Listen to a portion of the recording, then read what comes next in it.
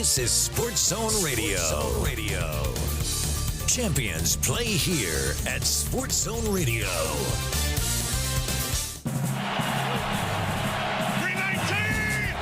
Let's go, guys. It's a game.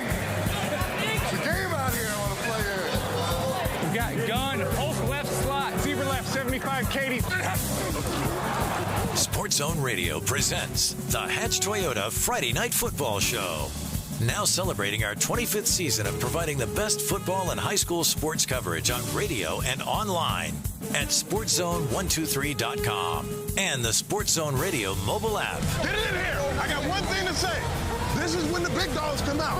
If you can't roll the big dogs, stay on the board. Stay with us all afternoon and all night for coaches' interviews, player profiles, inside information you can't find anywhere else, the Sports Zone Radio Game of the Week, and wrap it up with the Ace Hardware Scoreboard Show, the show the coaches call.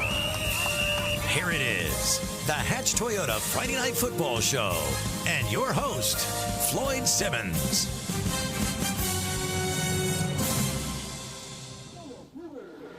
Hey, welcome everybody out to Show Low High School. The game of the week, the Sports Zone game of the week, presented by Hatch Toyota.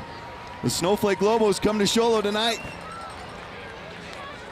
After a 2-0 start by the Cougars, first week of the season, the Cougars come out and beat the #1 team in the state in the 3A. That's Valley Christian. And a couple weeks ago, went into Payson, beat Payson, 2-0 coming in. Had a bye week last week. And we have a helicopter coming in, as you can probably hear and see if you're watching live on Facebook.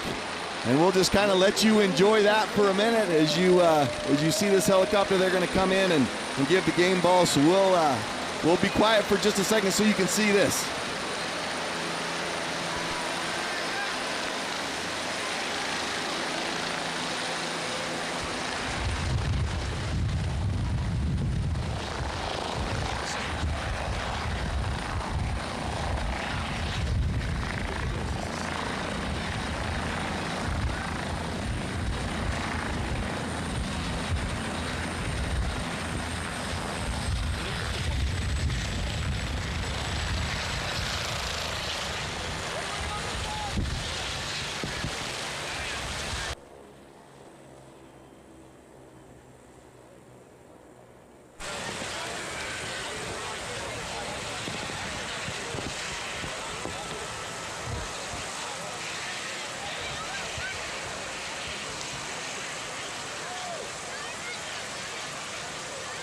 You can see somebody getting out of the helicopter and handing out the game ball here.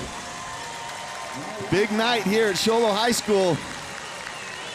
Show Low Cougars taking on the Snowflake Lobos with the delivery of the game ball.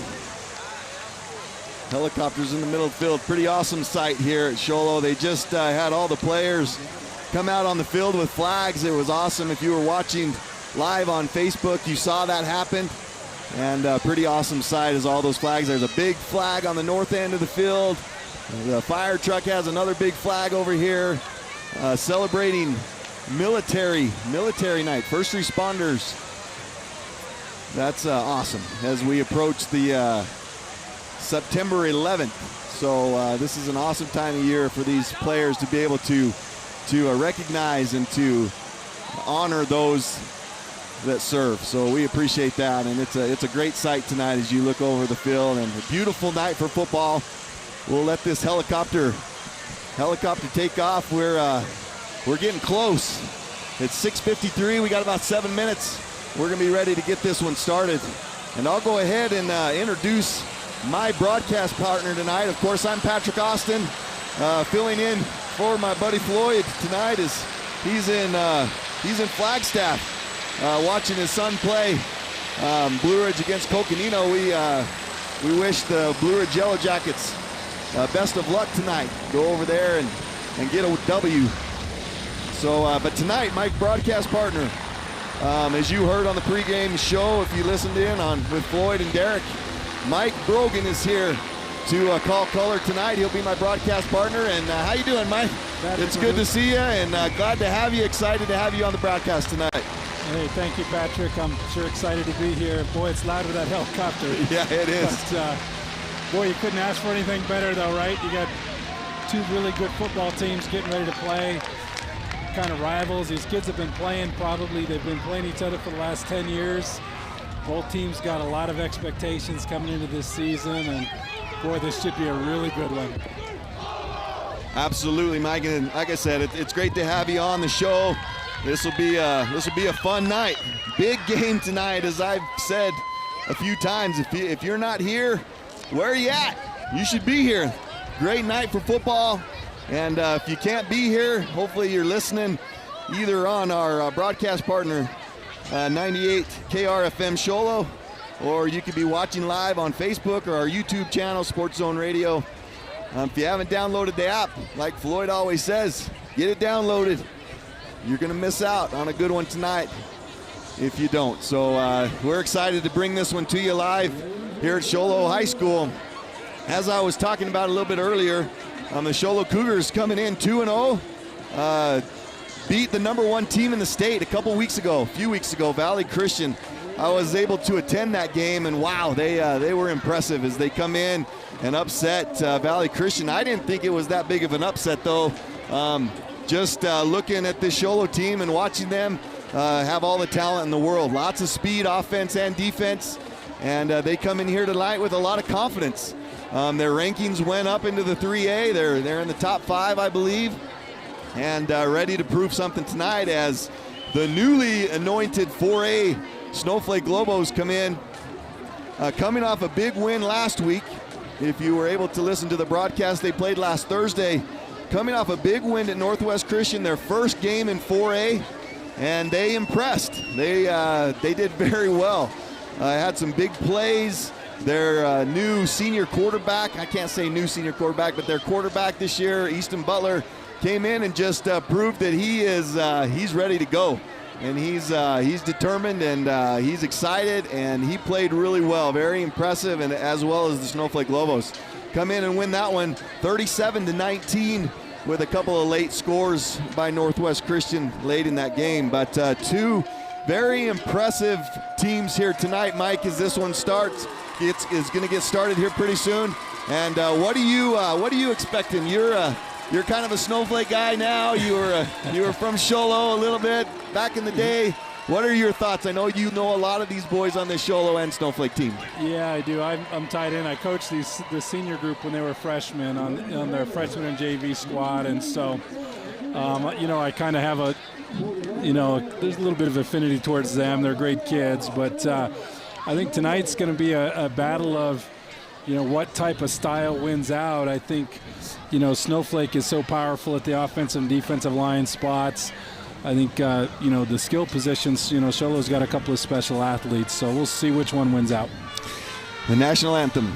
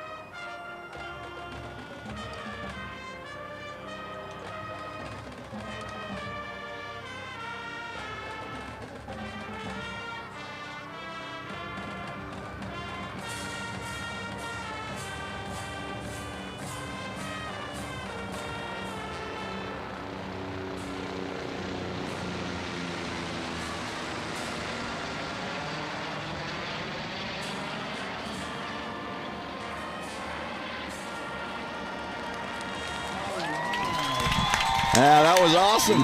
If you're watching live, you can see the Snowflake and Show Low band coming together tonight on this special night, celebrating our military, our first responders.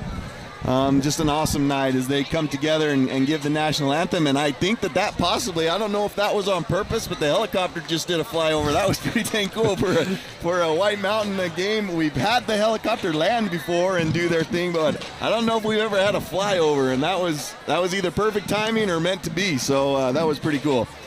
But we are going to pause just for a minute. We'll take a station break, and we'll be back with the start of this one in just a few minutes. Hatch Toyota doesn't have salespeople. We've changed how to buy a car. Now a floor product specialist works with you, and they aren't commissioned. They're on salary, so when you're approached on the lot or in the showroom, you don't have to panic. Nobody's going to give you the bump and hustle to get you to sign on the dotted line because there's simply no pressure to do so. Hatch Toyota is taking the long view. The view that involves your complete satisfaction with the whole buying experience. An experience we'd even be so bold to call happy. Who doesn't want to be happy? And buying a new car is a really happy day. It's time to take the stress out of the day and put in the joy. Shop ahead at hatchtoyota.com. Our entire fleet is at your fingertips. Then let us know which model you're interested in and make an appointment with one of our floor product specialists. Hatch Toyota, keeping the White Mountains rolling for 25 years. Hi, this is Chaz Hatch. Get our statewide low price guarantee on every new Toyota. Find out more at hatchtoyota.com or visit us today at the Northern Arizona Auto Mall in Show Low.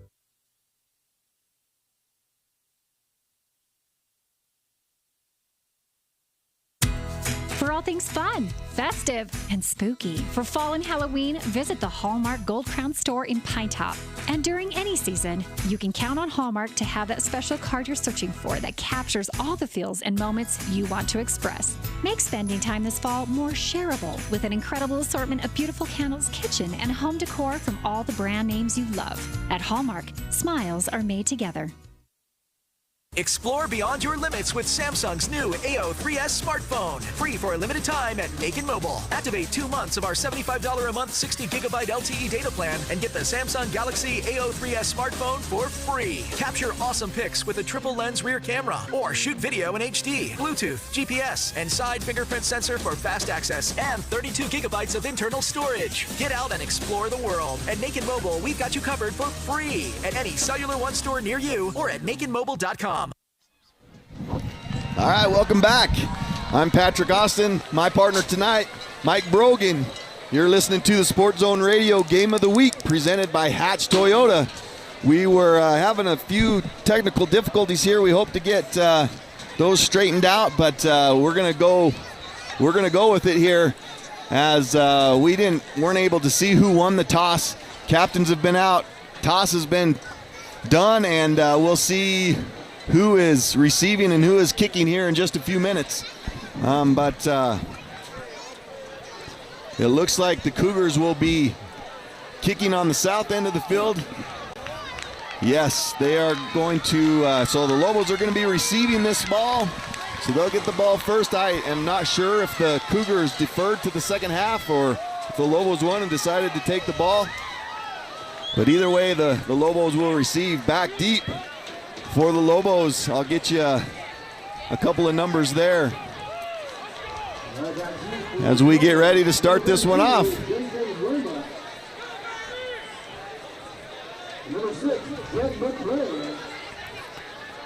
The 2-0 Show Low Cougars at home tonight against the 4A Snowflake Lobos. The kicker adjusts the ball to the left hash. See what happens here as he goes ahead and kicks the ball. And that's going to be number 32 for the Lobos receiving. Made a good catch, gets it up the middle, finds a little room, gets it out to about the 36-yard line. That's 32 for the Lobos, J.J. Lerma. So Lobos getting a pretty good field position to start this one, Mike. Yeah, it was good wedge kind of open up in the middle there, and J.J. hit that hole pretty good. So be interested to see how Snowflake starts here, if they're going to spread and throw the ball a little bit or what we're going to see. Yeah, it is going to be interesting, their game plan against the Show Low Cougars. They've got a pretty big lineman on this left side. Looks like they're going to line up 3 on the ball. Easton Butler in shotgun position. 2 running backs. It's going to be a fake handoff. And they've got Lance Christensen wide open in the middle of the field. He catches it, takes it down the left side, has one man to beat, hits the corner, dives to the edge of the end zone, and that's a touchdown on the first play of the game for the Snowflake Lobos. I don't know how he got so open, Mike, but wide open was Lance Christensen. and gets the first score for the Lobos. Wow, what a play. A nice job by the Lobos. Yeah, Patrick, that little play action in the backfield, you could tell the linebackers came up about 2 or 3 steps, and Christensen was just able to get behind everybody, and pretty simple pitch and catch after that.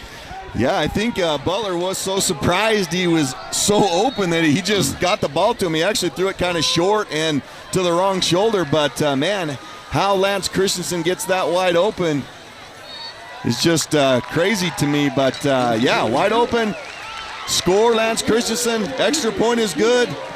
And with only 19 seconds off the clock in this one, the Lobos up 7-0. Man, what kind of response are we going to get from Show Low after that big play? We're just looking at this on replay. I mean, there wasn't anybody 10 yards from Christensen on that play. Just a really nice fake by Butler. Just kind of pulled everybody up. And a great job by Christensen just getting to the edge of the end zone. But, yeah, I don't know if they were just planning on the Lobos trying to run the football, because they just kind of brought everybody and just snuck out wide open. And that was a really good adjustment by Lance on that catch. I mean, you could tell he kind of had to turn almost a full half circle to get back to that. But from a coach's perspective, all you're thinking is, please don't overthrow that thing just because he's so open, right? Just get that ball where you can catch it and let him go. All right. So as Coach Hernandez says, in the pregame show, he said that the Cougars couldn't play. They had to play a perfect game tonight. They couldn't let anything happen like a big play. And Lobos get that done on the very first play. So we'll see how the Cougars respond. We know that this is a really good Cougar football team. Very fast as the kick is off. And that's going to be returned by Kishbaugh. There's a flag on the field, but nice return by Kishbaugh. We're going to say his name, I'm sure, a lot tonight. One of the stars of this team, number 6, Ryan Kishbaugh, with a big return. And like we said, there is a flag on the field. We'll see what that flag is.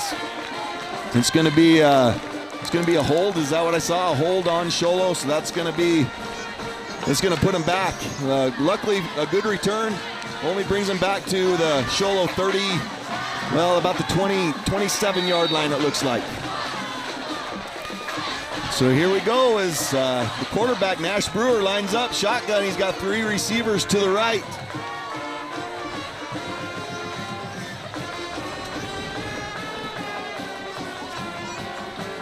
A little bit of motion, Brewer with the keeper. He's going to try to hit that corner, and everybody knows his speed. Gets out there, nice job by the cornerback. That's number 3, Cooper Rapier, coming up and making a great tackle. Yeah, he did a real good job. It looked like Brewer's going to be able to get the end over there, that edge over there, but it's a good job by Rapier coming up and stopping that run. That's something scary about this Cougar team, is that those outside runs with Brewer and Kishbaugh, a lot of speed. If they hit that edge, they can do some major damage for sure. So here comes 2nd and 7.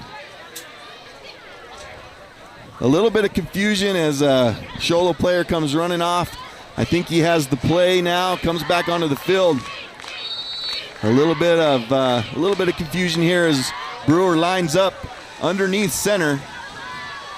Takes the snap, fakes the handoff. Here he comes back to the right. He's just going to keep it. A lot of speed again out there, and is able to get to the first down markers just about a yard past it, and that's going to be the Cougar first down. Yeah, that was a really good run by Nash. I was watching Ryan Kishbaugh. He just ran a little arrow route, and he took the linebacker out of there with him, and so there was nobody left there to contain on Nash. Brewer made a good decision turning that ball up rather than forcing that throw in there. So you can kind of see tonight the game plan of the Cougars as they come out and run 2 outside plays. They're going to try to get these guys, these fast Cougars, out on the edges. Here's another little toss play out, this time sniffed out by the Lobos. Nice job. We'll try to get you a number on there. I'm sure that one of those was number 25, the big middle linebacker, one of the best linebackers that ever come through Snowflake right there, number 25, Matthew Brimhall, I think, was in on that play. Yeah, they had really good penetration on that play. So that's going to bring up 2nd and 10. No gain on that play as Brewer lines up in shotgun again. Little motion out here to the left. Rolls, tries to find an open man, does. At about the 40, 46, 47 yard line, going to be, I believe, just a little short of the first down. And there is a flag on the play, as Mike pointed out. I didn't see it, so this is good. Okay, this is a sideline warning, so that's not going to affect the play at all. So they are going to give him a first down on that. It was closer than I thought. So that's a 1st and 10 on the Cougar 48-yard line. And I think you're going to see a lot of that tonight, right? You go to Ryan Kishbaugh's lining up in that slot, and they're going to be looking at him out in the flats, and at some point I'd be looking for an out and up from him. A little gut right up the middle, sniffed out by that big Snowflake line. I see number 75, Tony Munoz, in there, and of course number 25, Matthew Brimhall, again on that tackle. So that's going to be a loss of 1 on the play. And so far, no luck running up the middle for the Cougars, but a lot of success going outside against this Lobo defense. So sure we'll probably see more of that as Brewer gets ready to line up under center again. 1 single back, 2 receivers to the left, 1 to the right. He hands it off tackle. Braden Lewis gets the first hit. And a pack of Lobos finish off that tackle. That's number 5 getting the ball. That's Ray Pedraza getting the carry, and that's going to be a gain of about 1 to bring him back to the line of scrimmage. Yeah, those linebackers for Snowflake flow to the ball so well. We talk a lot about Show Low's speed, but there's really good team speed on the Snowflake side as well. So here we go, big 3rd down for the Cougars. Brewer back to pass, has lots of time, getting some pressure now, is able to avoid that pressure, looking downfield, finds a receiver. There is another flag on the play, but a nice job by Brewer as he rolls to the right, which he is very good at, and just making a play. That's number 20 on the reception. That's Gage Reedhead. We'll see what the flag is, but that if that's on the Cougars, that's too bad, because that's a legal man downfield. And so that's a huge penalty against the Cougars. What a great play that was. A nice pass, nice catch.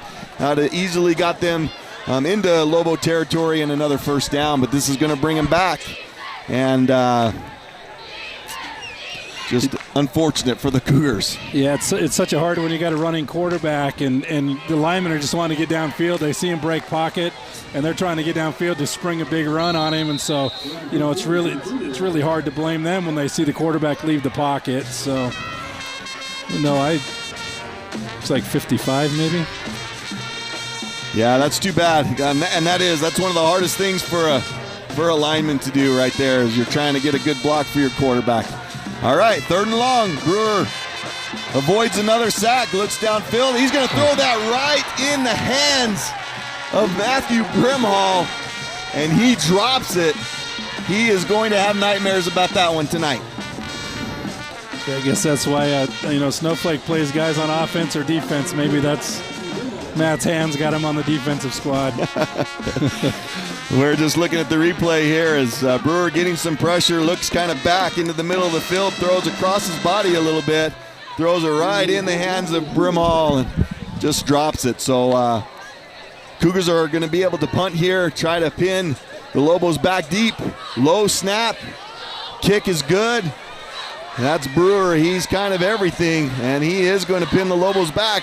Oh, man, that is about 6 inches from stopping before the goal line. That was almost a spectacular punt by Nash Brewer. So that's going to bring it out to the 20. Unfortunately for the Lobos, but what a nice punt. For one, picking the ball up off the ground and then getting that ball off, and such a great punt. That just shows the athleticism of Nash Brewer. Yeah, I think that was, 57 yards and probably 45 of it in the air. So that's it's a heck of a punt, especially like you said on that bounce snap. Absolutely. So here we go. Lobos' second possession. Butler in shotgun, two Two running backs right beside him. He's going to hand this one off this time. And nice job by that Cougar defensive line. Not much for number 6. That's going to be Jet McCray on the carry. And I'm going to get you some numbers on those tackles once we see this replay. Yeah, that was a team tackle, I think, probably definition. Looked like all 4 of the D linemen got to that ball. So second down, that's actually going to be a loss of 1. I thought he might have got back to the line of scrimmage, but did not. So it's going to be 2nd and 11. Here's a little handoff to J.J. Lerma, and there's the speed. That is Ryan Kishbaugh, and you see the speed there as he gets into Lerma's legs. And that's going to be, well, I think he got back to where the original spot was on second down, but not much happening here for the Lobos on their run game. Nice job by the Cougar defense. That was tremendous inside out. They were good contain on that by the defensive end out here and allowed Kishbaugh to kind of run under that and run JJ down before he got to the corner. 3rd down and 11. Single back. Butler, low snap, has to fumble it. Has a little bit of time, throws it deep again. This time has Lerma wide open again. Or he wasn't really wide open, but he at least beat the defense. Easton underthrew him, but he was open enough to where he was able to come back and catch that ball. How these Lobo receivers are getting behind those cornerbacks and safeties is crazy to me right now. As 3rd and long, you knew they were going to pass, and Lerma breaks free and able to get a first down. And I'll tell you what, that's a great job by Easton Butler catching that ball at his ankles and still coming up with a little bit, just steady a little bit and seeing the field, not panicking, and really nice play on his part. Go ahead. Sorry, I said I don't know, just from watching that replay, it looks, if I don't know how they're getting behind. It looks like those safeties are coming up 2 or 3, 4 steps and maybe a little too ball focused. So Show Low calls a timeout. We'll take a quick break. You're listening to the Sports Zone Radio Game of the Week presented by Hatch Toyota. Explore beyond your limits with Samsung's new AO3S smartphone. Free for a limited time at Naked Mobile. Activate 2 months of our $75 a month 60 gigabyte LTE data plan and get the Samsung Galaxy AO3S smartphone for free. Capture awesome pics with a triple lens rear camera or shoot video in HD, Bluetooth, GPS, and side fingerprint sensor for fast access and 32 gigabytes of internal storage. Get out and explore the world. At Naked Mobile, we've got you covered for free at any Cellular One store near you or at nakedmobile.com. So after the big pass play, 1st and 10 on the Cougar 42-yard line. This is going to be a handoff right up the middle to Jet McCray. Nice job by Nash Brewer coming up and saving a touchdown saving tackle by Nash Brewer.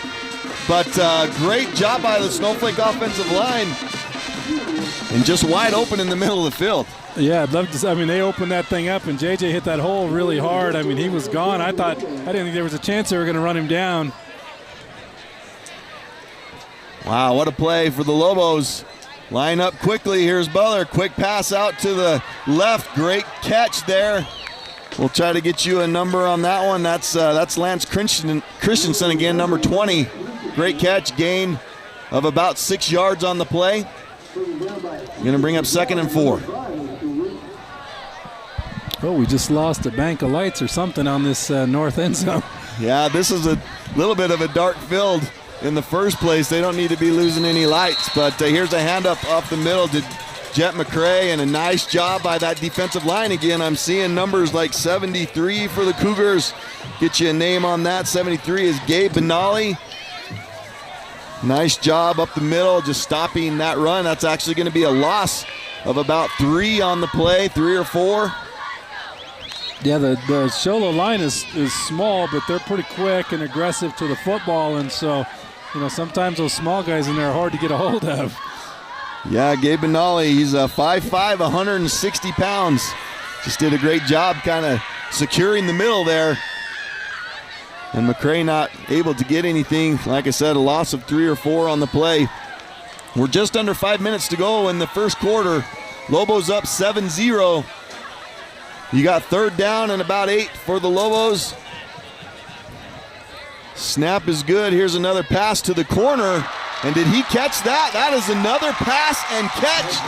And that is a great catch. That's on the complete opposite side of the field as I can see. So I'll try to get you number on that. McCray. That's McCray, number 8. Number 8, Davin McCray, as we look at the replay. But just a great pass here as Easton Butler just throws to that corner of the end zone, and a diving catch and grab by Davin McCray.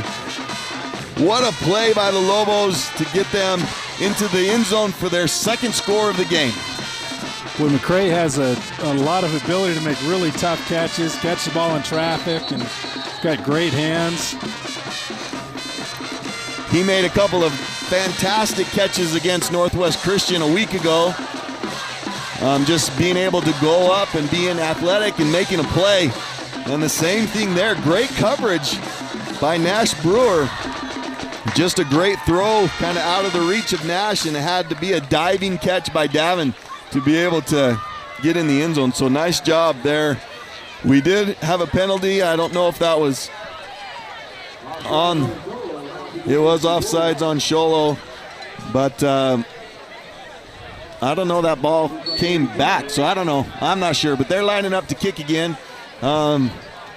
Braden Lewis, number 5 for the Lobos, has gotten the call this year to kick the football. So Braden Lewis, number 5, and he's got a pretty good leg, and that's a good kick. That's going to bring the score 14-0. 4:39 to go in the first quarter. Lobos up 14-0. What are you seeing here, Mike, in this first quarter that has impressed you about the Lobos, and what are the Show Low Cougars going to need to do to stop this Lobo football team? Yeah, I think, Snowflake's mixing it up pretty well. They're throwing outside, inside. They hit a couple of receivers down the middle of the field. They had that good run up the middle, so I think they got really good balance. Not quite sure where they're going to attack. Show Low's done a pretty good job at the line of scrimmage, which I was a little worried coming in for them, but those D linemen are doing pretty well. They just got to shore some things up on the back end. Probably a little bit of the case. They're a little over aggressive and rivalry game and wanting to make a play, and maybe they're taking a step or two too far and losing some of their integrity on their coverages. But hopefully they'll settle in, or this could be, this could get out of hand quick if they keep giving up long passes. Yeah, they, as we mentioned, just can't give up the big play. As Mike said, we had some lights go out here at Show. I'm sure that if you look on the north end of the field, it's pretty dark over there as one bank of lights has gone out. And I think they're discussing that with the coaches and with the teams, making sure that they can continue to play here in the dark, pretty much. So I don't know. They've turned on the baseball field lights to try to brighten that up a little bit on this north side. But I think they're just kind of going over to see what they need to do. So.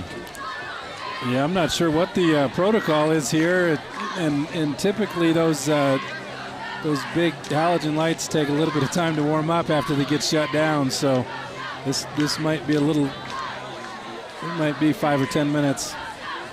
Yeah. So with that being said, we'll stay here for just a minute and see if this gets straightened out. If anybody has any scores out there, I know it's early still, but we would enjoy any scores. Hey, since we got a minute here, I was thinking about this earlier. I was thinking about my days at Snowflake playing football and all of my really good friends here in Show Low that we rivaled each other through all of our lives, then through high school, and then we graduated. We got to play in an all-star game together.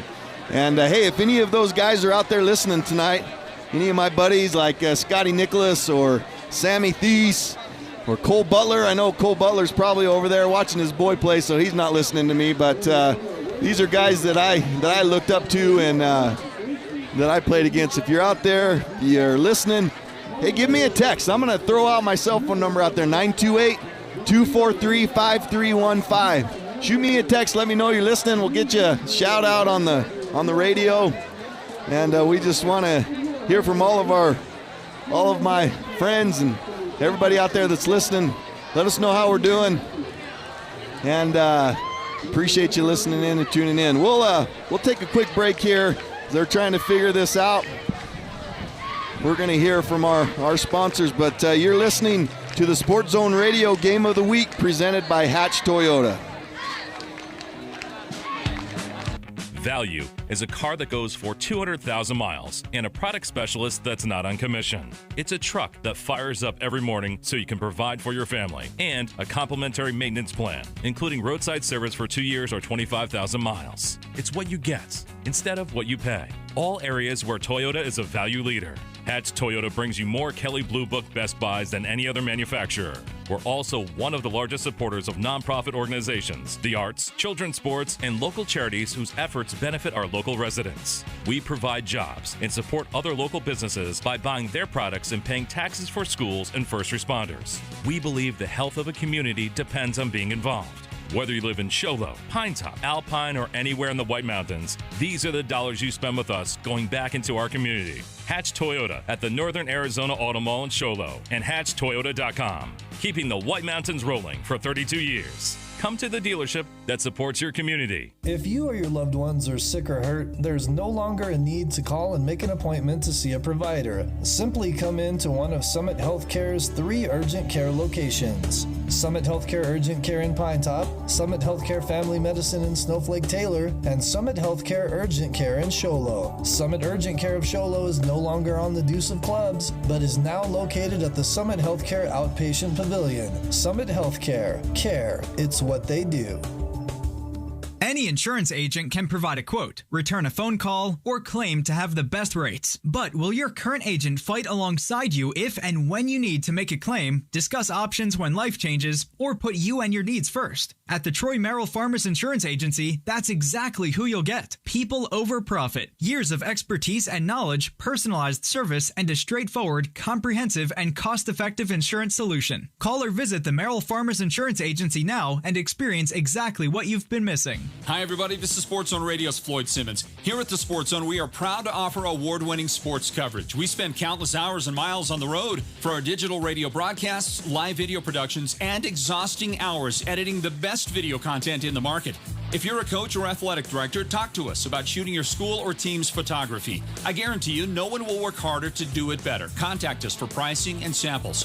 The number to call is 928-358-7905. That's 928-358-7905. No matter the occasion, large, small, or just because, the Bloomhouse Floral Designs, located in Pine Top, will create the perfect bouquet to capture your moment perfectly. Offering the widest selection of beautiful and unique floral designs and accents, the Bloomhouse serves as your personal creation expert. We are open to serve you Monday through Friday from 9 to 5 and Saturday from 10 till 4. Same day and rush deliveries are available. Stop by or order online at bloomhouseflorals.com.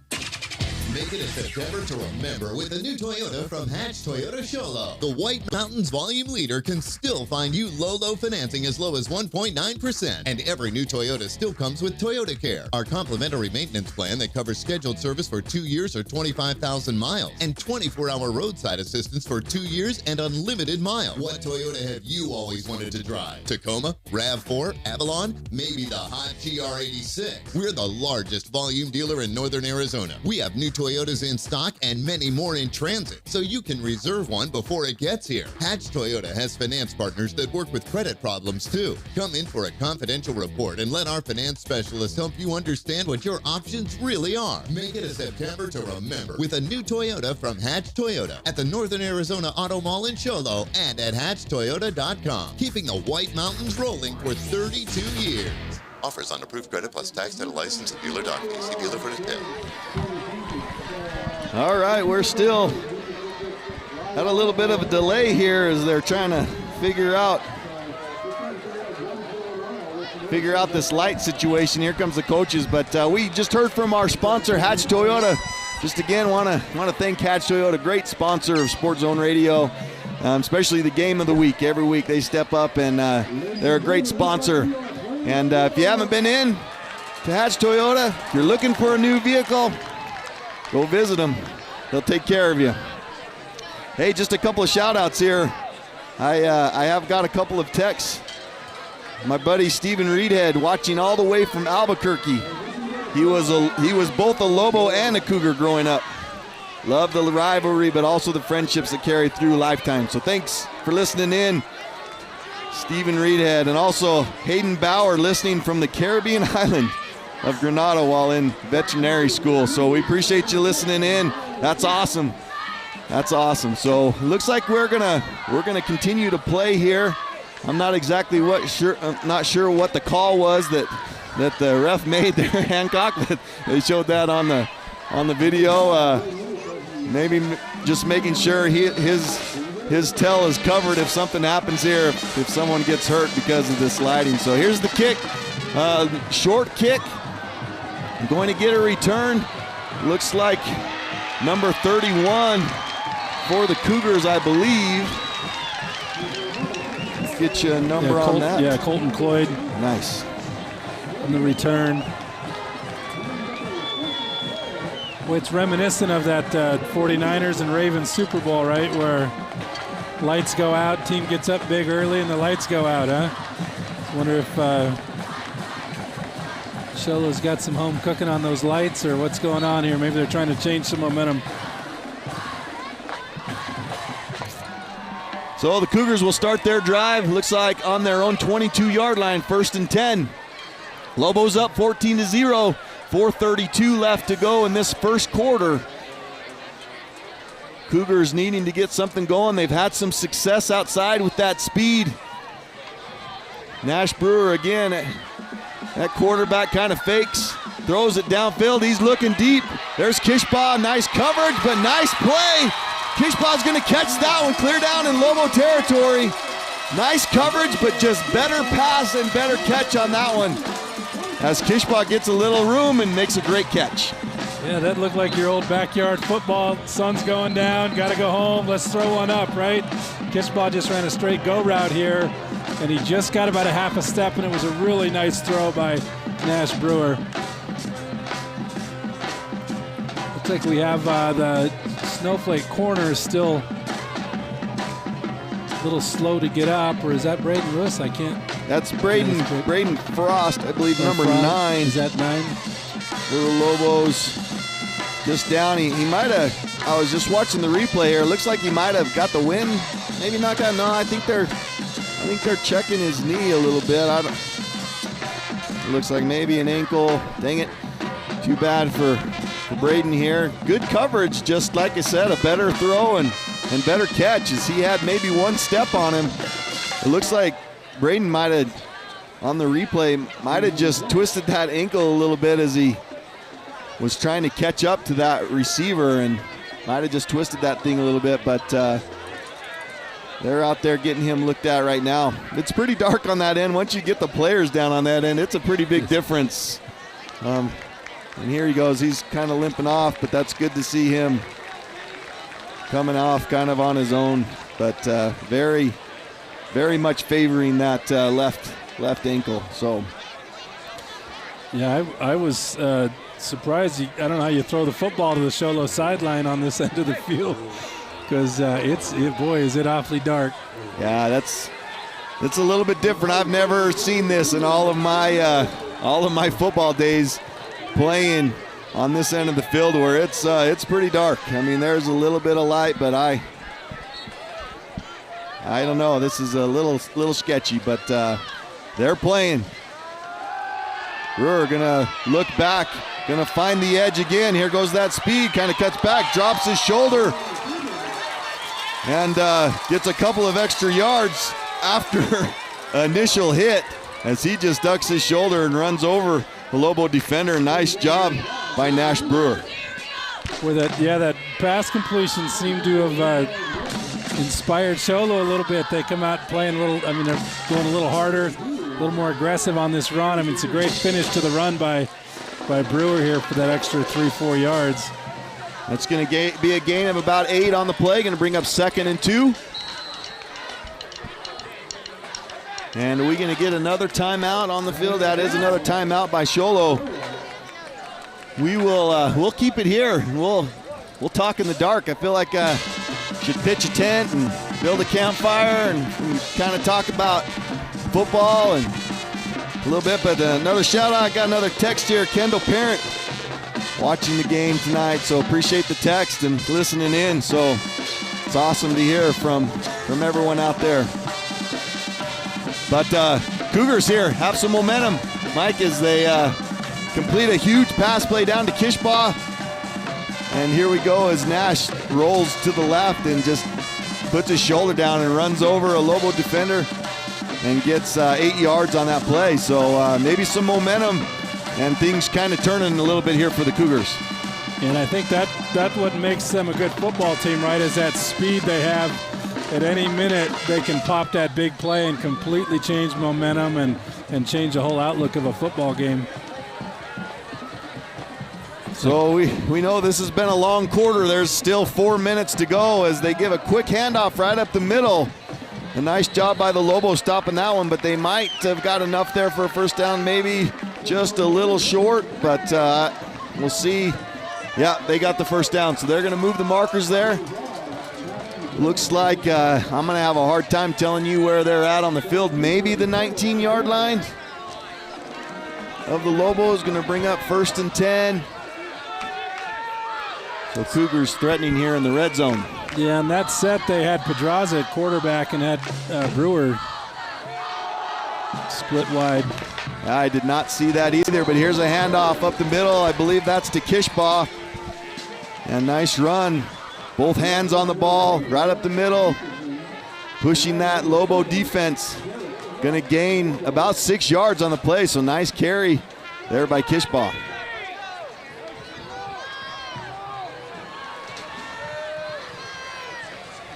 Nash Brewer, little unbalanced line to this left. Here's another handoff up the middle. Is that Kishbaugh again? Number 6, that's Kishbaugh again up the middle. Almost to that marker. They're stopping the clock here. They might have to check this one. They are going to stop. They're probably going to need to check this one as they too close to call on that one on the second down and about 4 on that. Cougars doing a great job here on this drive. Just got a little momentum with that long pass play and having some success. 4, 3, 6 yards per carry here on these last few carries, and getting down in the red zone threatening as they're going to need to do. And marker shows that that's going to be a first down. Looks like they're right at the 10-yard line, I believe. If I'm seeing that right. And it's going to be 1st and goal. Yeah, Ryan Kishbaugh is a pretty good interior runner as well. He might be, slight of stature, but he's a pretty tough little inside runner as well. So shotgun formation, little bunch set to the right. Here goes Brewer to that right side, and he's going to duck his shoulder again, and he's going to get in for the touchdown. That's Nash Brewer. A 10-yard run gets into the end zone, and Cougars come storming back at the end of this first quarter and get some points on the board.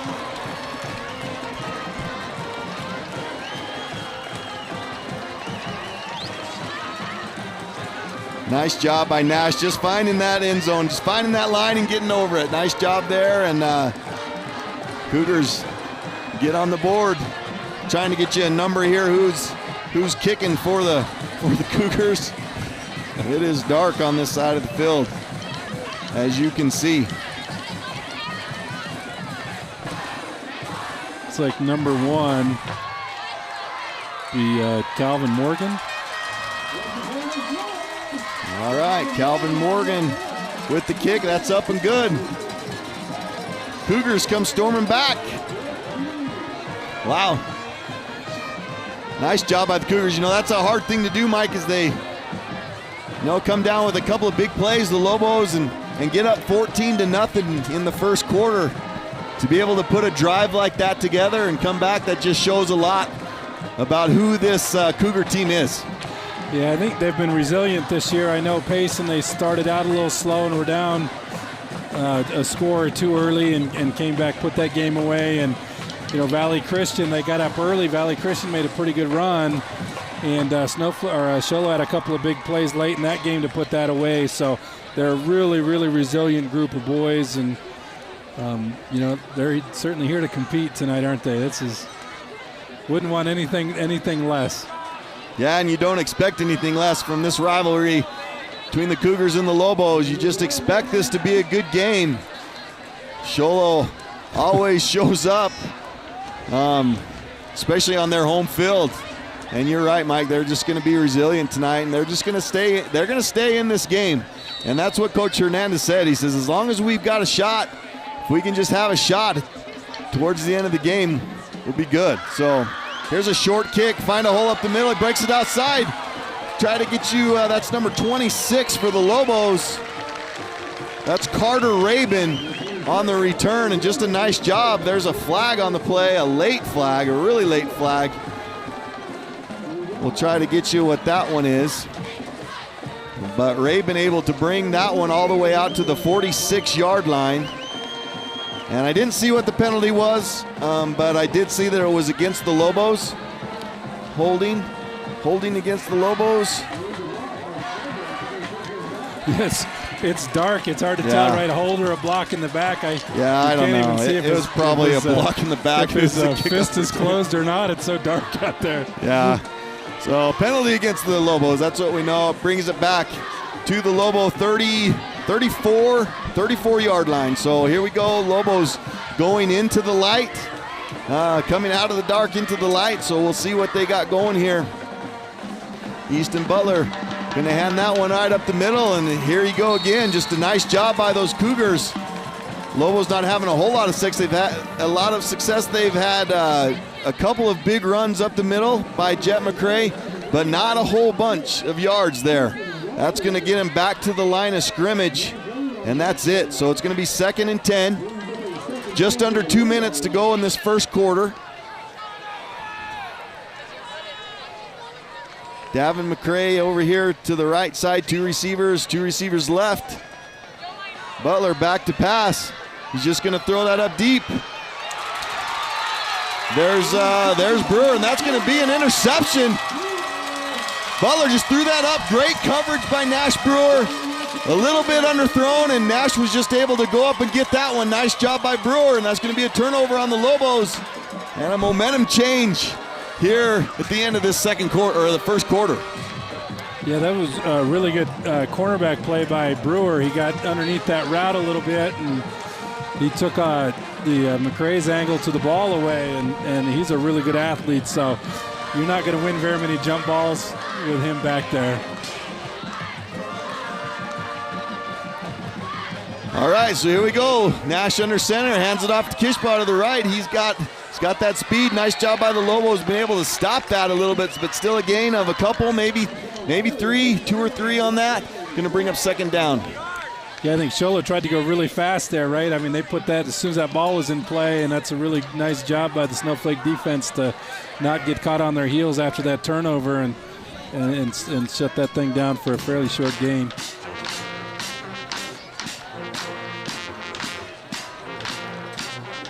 There's some discussion out there on the field with the ref and the Cougars, but all right. Coming up to the line, second and 7 on the Cougar 36-yard line. Just under a minute to go in this first half. Lobos up 14-7. Show Low doing a good job here finishing out this quarter. Brewer keeps it himself right at the middle.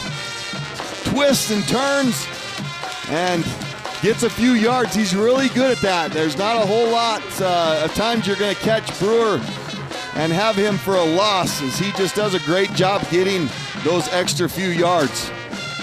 Yeah, I think that's one of the good skills for a back is if you can fall forward every time your 3-yard runs turn into 5 yards and etc. Right? And he just, Nash Brewer doesn't ever seem to get knocked backwards. He's always falling forward. Big 3rd down here, 3rd and 3. Brewer under center tries to get the Lobos off. Offsides, unable to do it. There's a quick handoff up the middle of the field. I think the Lobos were able to stuff that. Looks like he might have got back to the line of scrimmage, but that's going to bring up a 4th down. 4th and 3. And that looks like it might. Or was there a fumble? Was there a fumble? There was, yeah, at 42. There it is. That's Jordan Mowers. Jordan Mowers switching numbers up on me from last year, but I got him. Yeah, that's a fumble, and Mowers picked that up in the air as I'm looking at the replay. I'm sorry, folks, it is dark down there, but that's going to be a turnover with 2 seconds left here in the first quarter. Lobos get the ball back as they bring 3 receivers to the right. Davin McCray, the lone receiver, out to the left. Butler in shotgun. He takes to the left. There's this option, and it looks like he fumbles. And looks like the Cougars come up with that one. That's Nash Brewer. Is he everywhere on the field tonight? Is he everywhere? Picks up that fumble. That looked like it was going to be a big play for Butler, and just kind of loses the handle on that and gives it right back to the Cougars.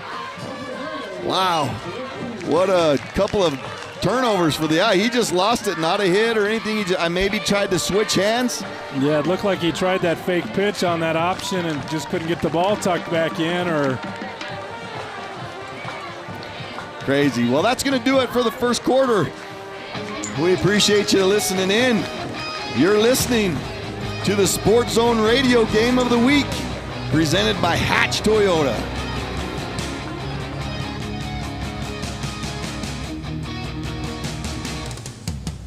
If you signed up for the Affordable Connectivity Plan with another company, your ACP with Cellular One will be canceled automatically. The FCC allows only one ACP plan per household. This is a problem if the company you've signed with can't provide service in your area. No service means no internet, no hotspot. No one can match our coverage area. Cellular One's ACP comes with 60 gigabytes of LTE data. Don't get talked into getting less. Visit any Cellular One store today or at mycellular1.com. Local, here to help. ACP is a government benefit program and customers must qualify. Some restrictions apply, limited time only, non-transferable. Limited to 1 line per household. All right, welcome back. We're going to pause briefly for station identification. You're listening to the Sports Zone Radio Game of the Week on Mix 98 KRFM Show Low, the White Mountains home of Sports Zone Radio. So a couple of turnovers here back to back. Cougars fumble. Next play, the Lobos fumble. Cougars have the ball on their own 35-yard line.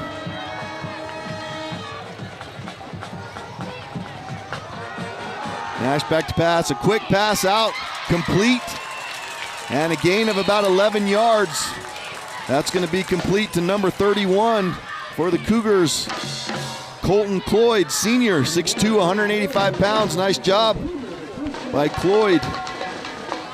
And it's so difficult when they empty that backfield for Brewer because, you know, he's always a threat to run, and you know, it's a little difficult to cover run and pass there, and so those linebackers got a hold, which gives you some holes in those zones. Little motion to the right. Here comes Brewer rolling to the right. Has a man open, but just threw it a little bit out of his reach. That's Kishbaugh he was looking for. That would have been another big pass play, but incomplete. Stops the clock. Going to bring up 2nd and 10. Looks like Shola's got the Snowflake defense a little bit on their heels here, and they're getting them spread sideline to sideline, and you know they're able to take advantage of Kishbaugh's speed a little bit and Brewer's speed. So interesting to see what Snowflake will do here to counter that. Yeah, Snowflake is going to need to do a better job defensively, kind of getting some pressure on Nash as he's been able to kind of run free. A little quick handoff right up the middle.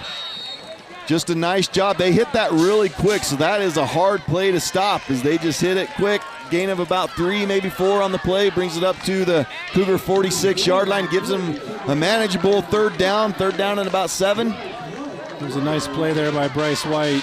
Because like you said, that's such a quick hitting, and he got off that block and just got him as he was going by. It's a really nice play for a defensive end out there.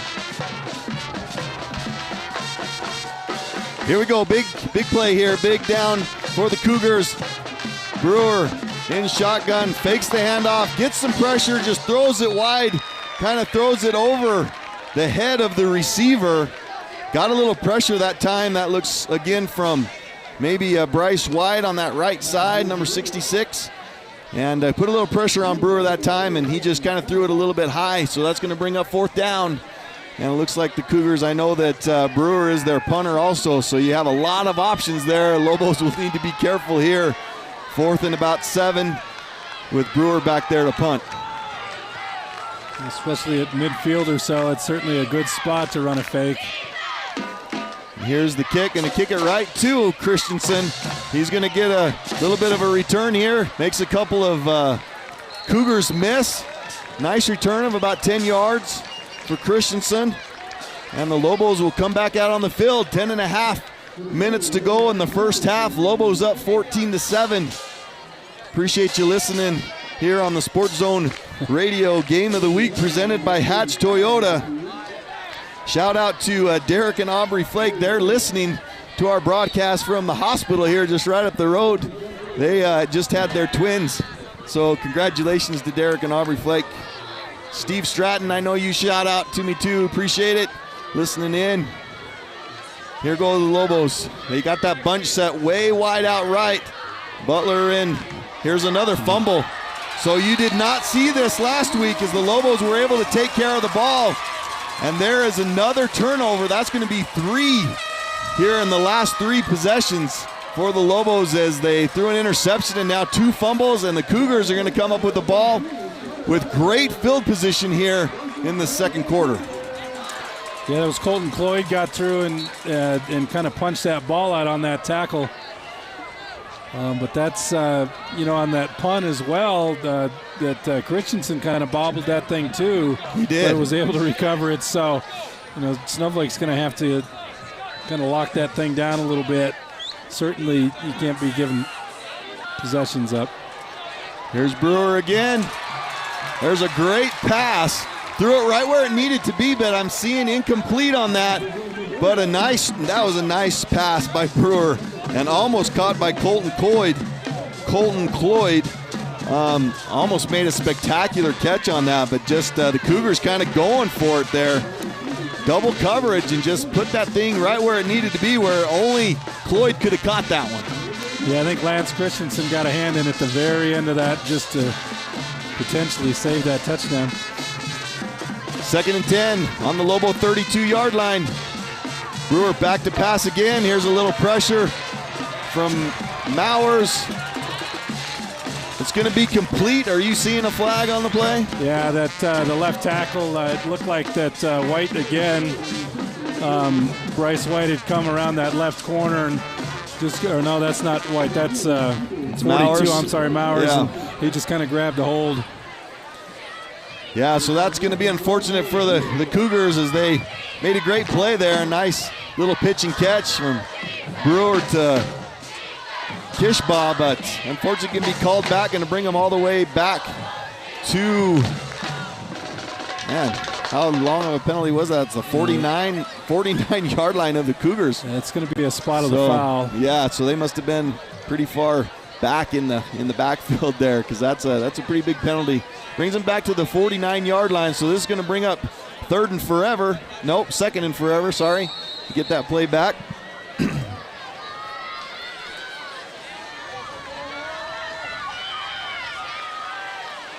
Here we go, 2 receivers left, 2 receivers right.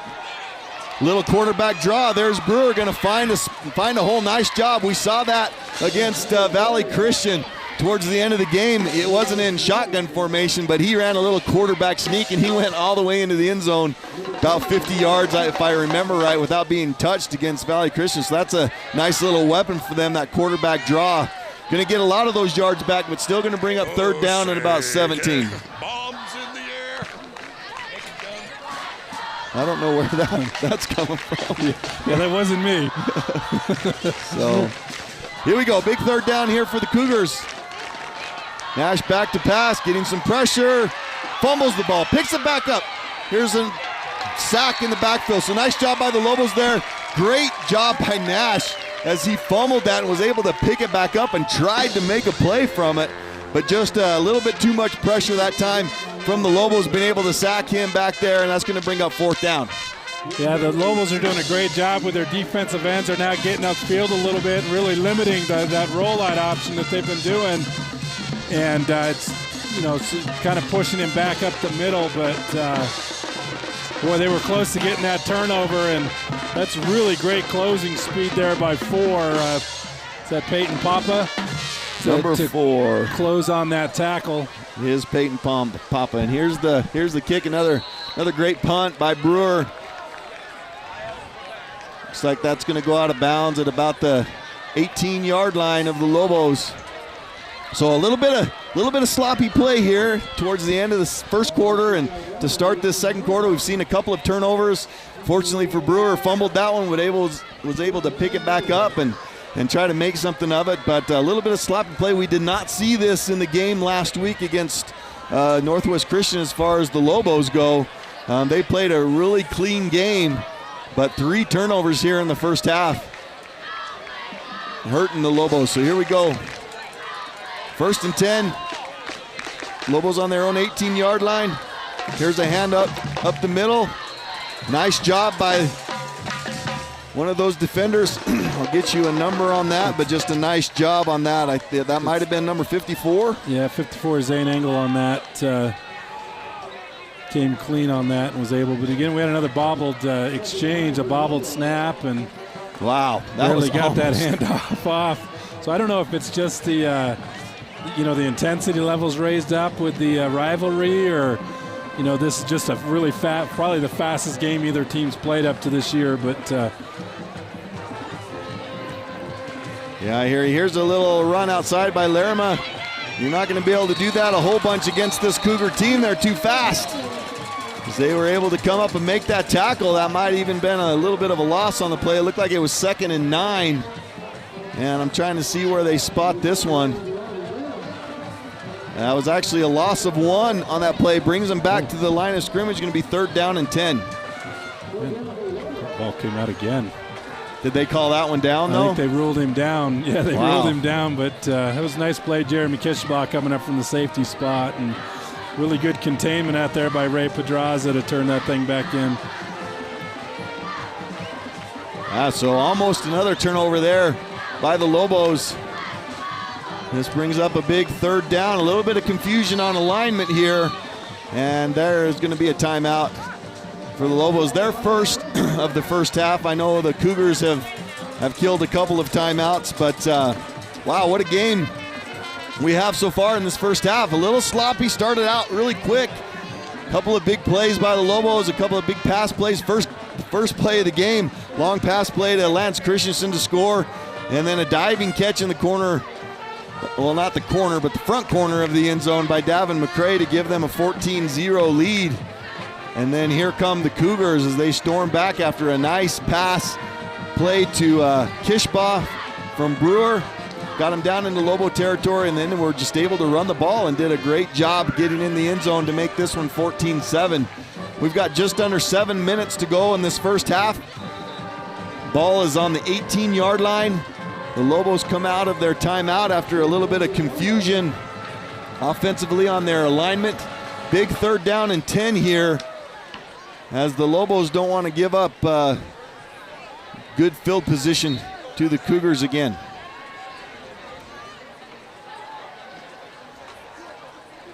Snap is a little low, but great job by Butler there, getting out of that one. Rolls to his left, throws across his body, has a receiver open. Nice try by Davin McCray. Again, just kind of throwing across his body in the middle of the field.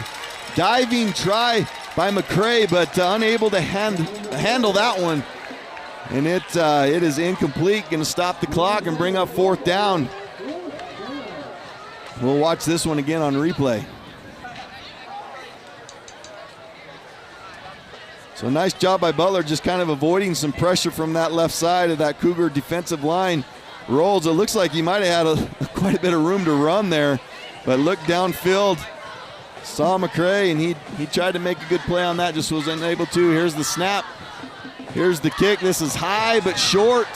There's a penalty on the play. That's going to take a Cougar bounce back into the territory. And we'll see what this flag is. Well, yeah, that's a weird spot for a flag on a punt. It is. So we'll get you what this one is, but a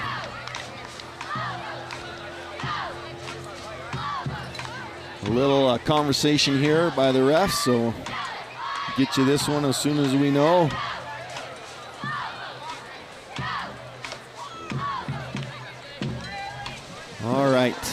So we should get a call here. Okay, offsetting penalties, and so they're going to replay this one.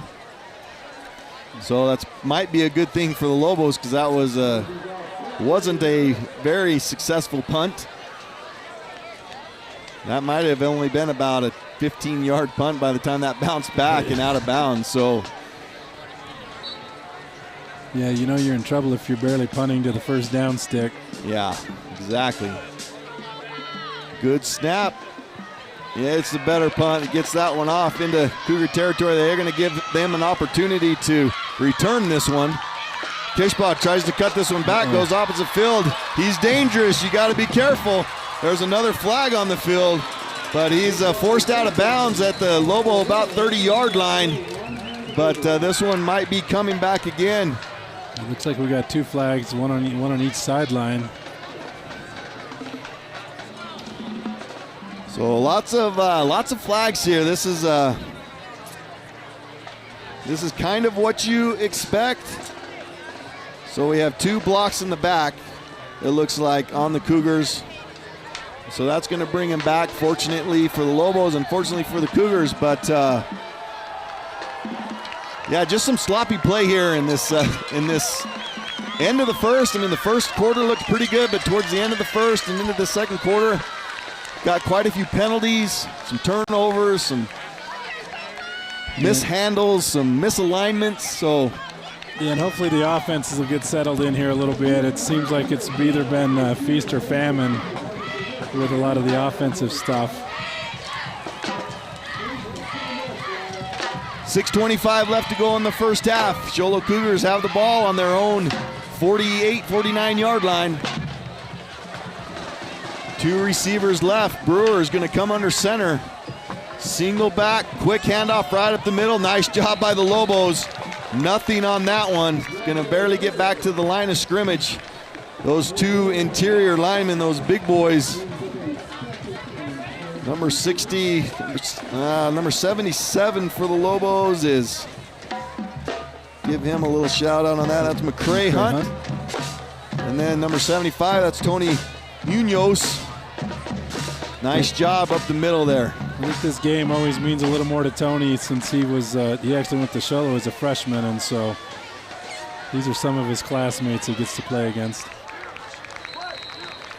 Here's a little toss play out to the wide side of the field. That looked like number 21 got the carry on that one.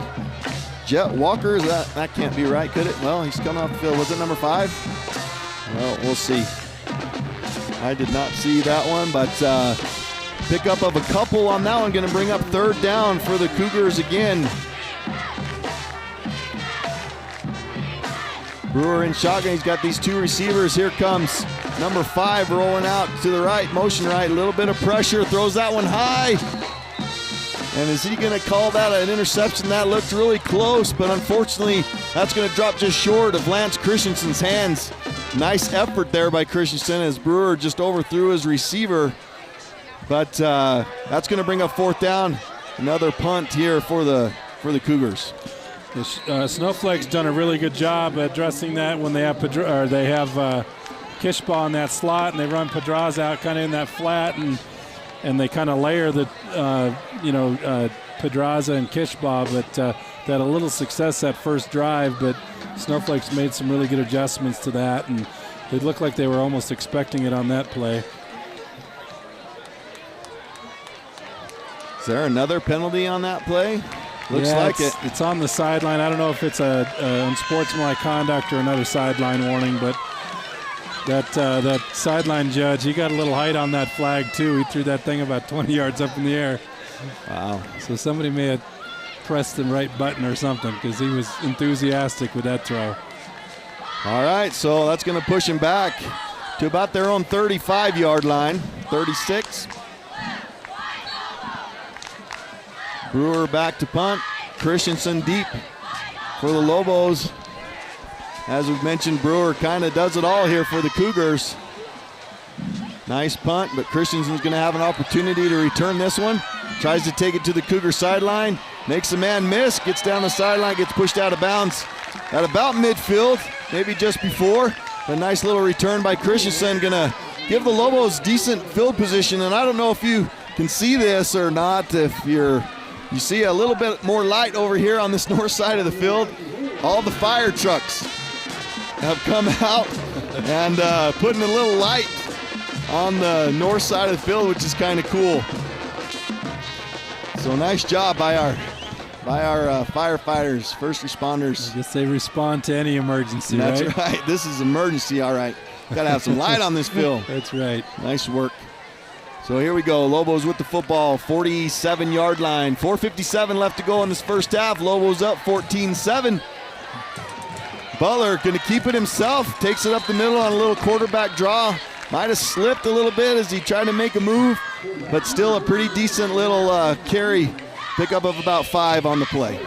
Yeah, I'm a little surprised. I see Tyler Clare lining up out in the slot out there, and I keep thinking, I know Snowflake had some success running a little screen and getting Tyler out lead blocking, and I keep wondering if they're going to get to that tonight at some point, like this bunch set. Yeah, they've got those guys really wide out there, don't they? Yeah, and they got Tyler's a pretty good lead block out there as a tight end. So here's Butler again on another quarterback draw. So Easton having his number called, gets 5 on the first, 5 on the second, first down for the Lobos.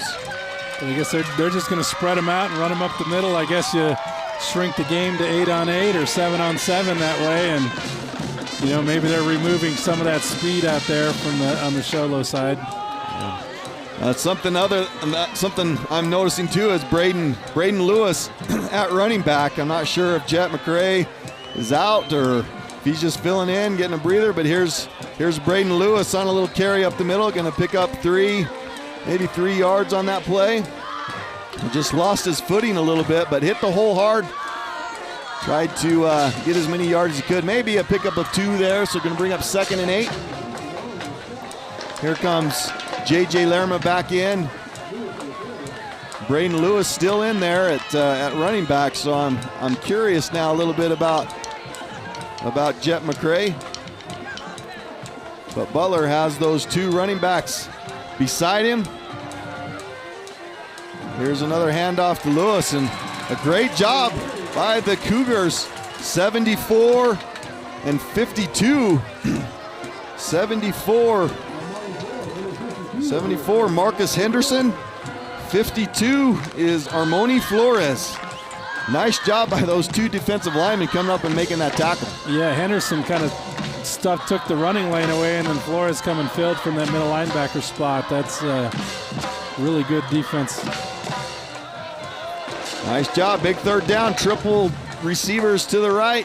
Easton lots of time. Hits Christensen right in the helmet. He tried to turn and run before he caught that one. Hit him right in the face mask. Nice pass by Butler, but I think he just took his eyes off that one trying to turn and hit him right in the helmet. Yeah, and I think he has a first down. That was a really nice, the design of that play was really nice as they kind of run out and he come in behind that area that Tyler Clare had kind of vacated. And like I said, I think he got a little anxious and that just right off his face mask. Yeah, it happens when you take your eyes off the ball just for a second. So the Lobos, looks like they're going to punt down in Cougar territory, trying to pin him back a little bit deep. Here's the punt by Braden, and that's going to go in the end zone. So the Cougars will start their possession on the 20-yard line. Well, a little bit more light down here. It's a little bit better.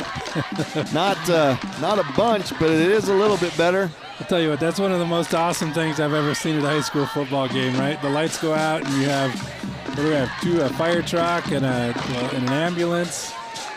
That ladder truck, the ladder's got the lights out extended, and I guess that just shows the community commitment, right, to the football games, teams, and everybody wants to be involved.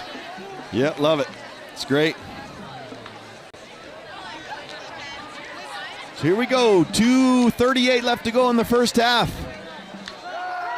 Comes a little screen pass out to the right. Here's some room. Nice play by the Cougars. Going to get them about 8 yards on that. get out of bounds, stop the clock. Yeah, nice play again. Just trying to get Kishbot on the edge out there and let him use his speed to try to pop one. This is the Sports Zone Radio Game of the Week presented by Hatch Toyota. This one's 14-7. 2.5 minutes to go in the first half. Cougars trying to get a drive going, maybe the end of the half, tie this one up. Brewer keeps the ball. Nice job by the Lobos this time as they were able to get in the legs. And stop Brewer, that's going to be a big loss. And nice play by the Lobos. Yeah, they've done a really good job on that outside contain, and they're not allowing him to get the edge, and those linebackers and interior linemen are able to fill and close and make that tackle. So a big third down here, going to bring up about 3rd and 9, 2 minutes remaining in the first half. 2 receivers right, 2 to the left. Brewer in shotgun. It's back, has lots of time, tries to fill that middle, fakes the throw, goes to the sideline, unable to get much there. Maybe a few of those yards back, but that's going to bring up 4th down again, and he got out of bounds, which is going to stop the clock. They're going to have to punt this away to the Lobos. Yeah, this great closing speed. Those linebackers, again, it looked like he might have an angle, when he got out to the corner, but those linebackers filled in and shut that thing down pretty quick. So 4th down. Brewer back to punt. Minute 44. Lobos are going to get pretty good field position. There's a low snap. Got a whistle. We got a whistle. There's some cheering going on. I'm not sure exactly what's happening. Did they rule his knee was down? Oh, did he nail that? When he caught that snap, is that what they're saying? That is, I think, what you're exactly right. We're going to get a look at it right here. He did. He nailed that ball. Oh, that's too bad for Nash. There's a low snap. He just went down to get it. Yeah, and now that, Snowflake's going to take over, the 11, 12, 13-yard line maybe? Yeah. Quickly, station ID. You're listening to the Sports Zone Radio Game of the Week on Mix 98 KRFM. Show Low, the White Mountains home of Sports Zone Radio. So Lobos with a great opportunity here with a minute 40 to go. Handoff to Lerma, fake handoff to Lerma. Pass up the middle, that's going to be to Tyler Clare. It doesn't look like he was able to come up with that. I'm still having a hard time seeing down there, but I'm more worried a little bit about Nash Brewer. Ran into Tyler Clare, that's about 260 pounds. And Brewer a little bit shaken up here, getting taken out of the game, but nice pass there, just unable to get the handle on that one. It looks like Brewer got a little shook up on that one. It looks like it's his right hand, right wrist. That was a great play. He came off his man and picked up Tyler in the slot there and probably saved a touch. 2nd and 10, Butler in trouble a little bit. Rolls to the right, finds a receiver. There he's looking for Clare again, unable to come up with that ball. Nice pass.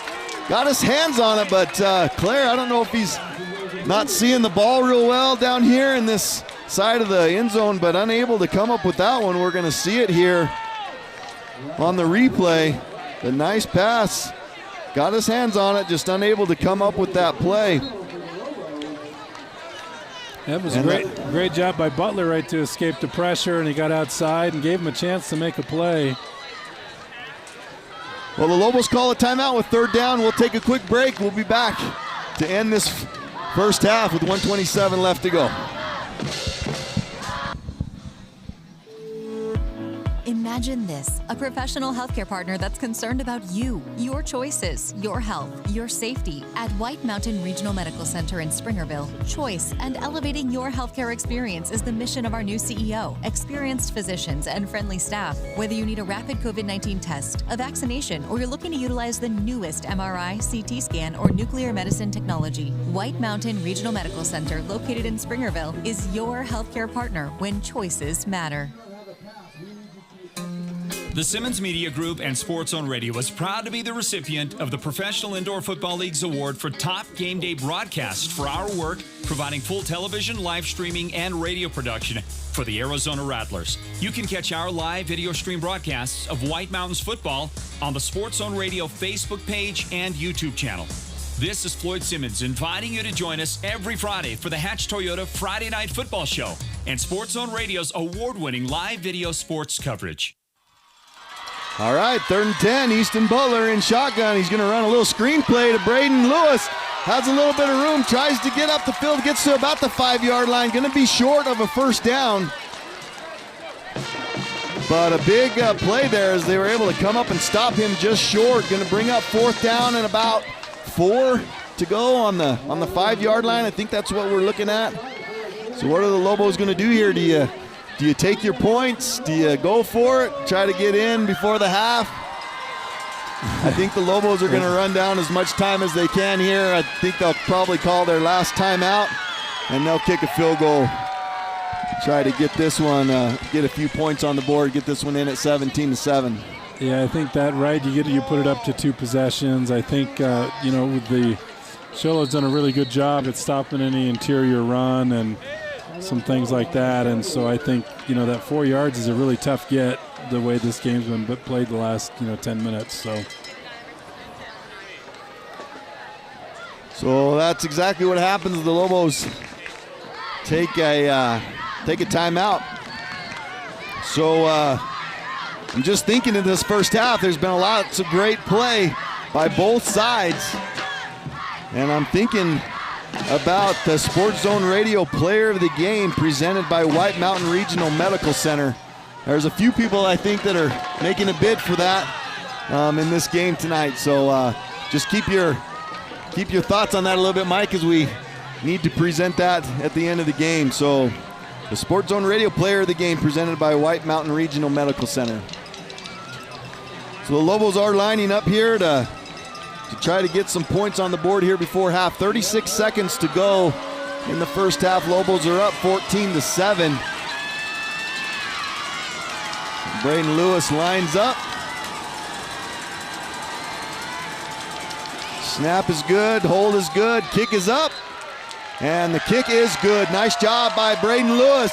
He does it all. He's like kind of like the Nash Brewer of the Lobos. He kind of does it all. He can play defense, he can run the ball, he kicks. So a couple of great athletes right there in Nash Brewer and Braden Lewis. Well, you thought Snowflake was going to take a step backward in the kicking game after Crockett graduated last year, but that ball was over the top of the uprights, and that thing would have been good from 20 or 30 yards deeper. So I don't know what they're doing to develop kickers in Snowflake, but somebody knows something. That was a great kick. Gonna get them a few more points on the board, get them up by 10. Get the Lobos up by 10. 33 seconds to go. Don't count the Cougars out yet with the big number 6 back there receiving these kickoffs for the Cougars. Anything can happen. I've seen him switch fields and be able to get a lot of yards. It does look like Nash Brewers back on the field here as well. So hopefully whatever injury he had was just insignificant and good. Good.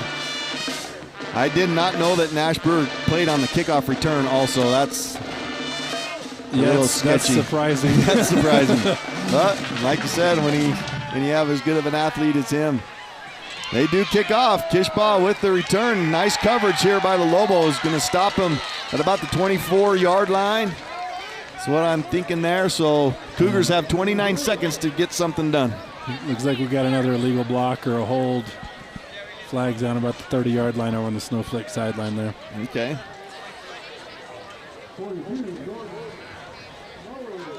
So, again, nice coverage by the Lobos getting down there. This is another block in the back by the Cougars. Going to take him back to about their own 10-yard line, maybe. So, do you chance it and try to do something here, or do you You go into halftime, you know you're getting the ball. I believe the Cougars are getting the ball. The Snowflake Lobos got the ball in the first half, at the first, so I'm guessing that the Cougars will get the ball in the second half. Yeah, with their speed, it sure tempts you, but like I said, they're back so far up, they're going to be pretty conservative. Yeah. Little run up the middle. Nice little gain, maybe of 4 yards. And now we have number 5 getting up a little slow for the Cougars. That's Ray Pedraza. On the announcements here on the roster, it says Ray Chicken Pedraza. I don't know the story behind that. Well, he's been chicken for as long as I've known him, so I don't know. They tell me it comes from when he was a little boy, but I never asked if it was from a chicken or if he was chicken. I don't know. Gotcha. Well, that's going to do it for the first half. Lobos come in to Show Low territory, going at halftime 17-7. I think I'm ready for a spectacular second half. I think it's going to be awesome. Excited. Appreciate you listening in. We'll be back with the Mountain Mobile Auto Glass halftime show.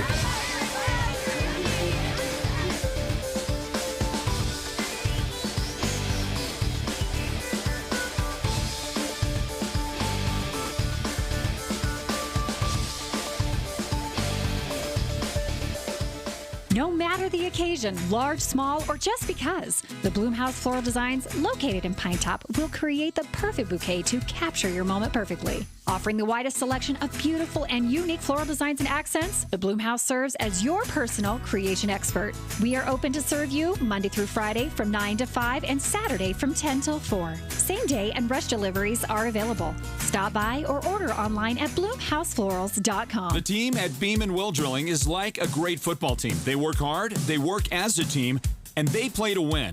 Their reputation is second to none, and they proudly call the White Mountains their home, even though they complete projects throughout the entire southwestern United States and beyond. No project is too big or too small for Beam and Well Drilling, so when the time comes for you to punch a hole in the ground, remember the White Mountains' top well drilling team, Beam and Well Drilling. Call anytime, 928-205-7647. Go deep with Beam and Well Drilling. Explore beyond your limits with Samsung's new AO3S smartphone. Free for a limited time at Naked Mobile. Activate 2 months of our $75 a month 60 gigabyte LTE data plan and get the Samsung Galaxy AO3S smartphone for free. Capture awesome pics with a triple lens rear camera or shoot video in HD, Bluetooth, GPS, and side fingerprint sensor for fast access and 32 gigabytes of internal storage. Get out and explore the world. At Naked Mobile, we've got you covered for free at any Cellular One store near you or at nakedmobile.com. It's football season.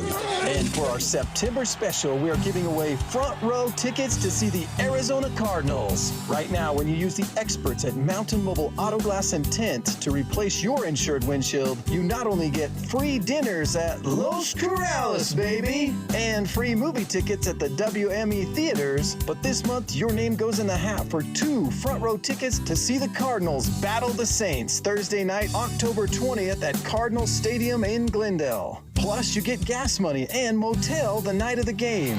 Right now, get dinners and movies, or choose full-service car washes, or $100 in window tint. And your name goes in the hat for front row Arizona Cardinals tickets. Oh, and if you don't like football, we will simply give you $1,000 cash. You know the number. 536-5972. Mountain Mobile Auto Glass Cash Back.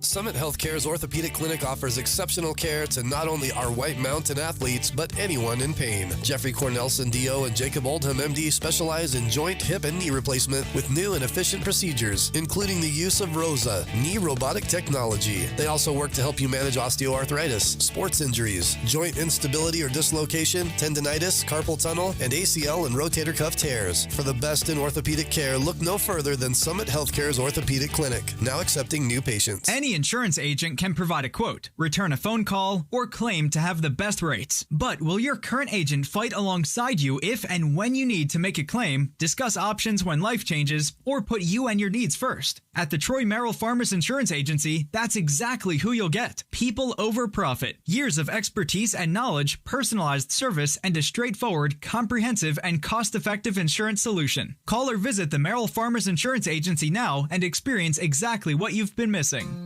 The Simmons Media Group and Sports Zone Radio is proud to be the recipient of the Professional Indoor Football League's award for Top Game Day Broadcast for our work providing full television, live streaming, and radio production for the Arizona Rattlers. You can catch our live video stream broadcasts of White Mountains football on the Sports Zone Radio Facebook page and YouTube channel.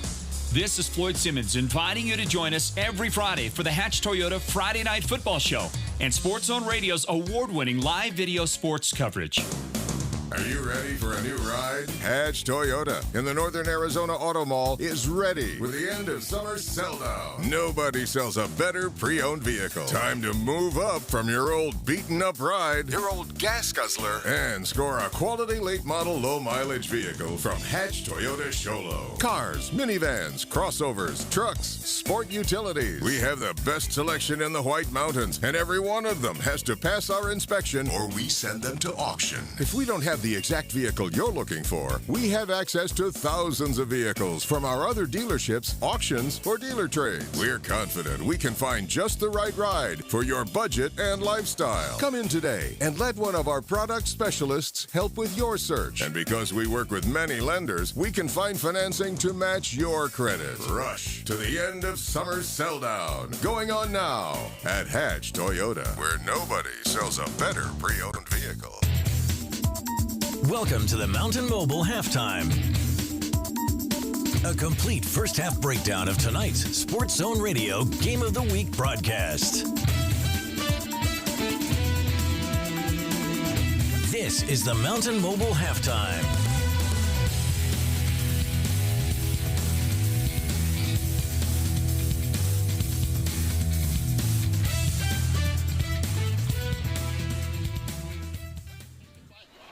Welcome back, everybody. You're listening to the Sports Zone Radio Game of the Week presented by Hatch Toyota. And this is the Mountain Mobile Auto Glass Halftime Show. So we'll go over a few stats and highlights of the first half as the Lobos come in and looked really good at the start of this game. The very first play of the game, being able to throw a long touchdown pass to Lance Christensen to get him on the board early. And then another nice pass play to Davin McCray, got him in the front corner of the end zone for another score, making the score 14-0. And then towards the end of the first quarter, the Cougars got a little momentum, got a long pass play from Brewer to Kishbaugh. Was able to make a couple of nice run plays and get in the end zone to make this thing 14-7 Lobos. And then right before halftime here, the Lobos drive, get it to about the 10-yard line.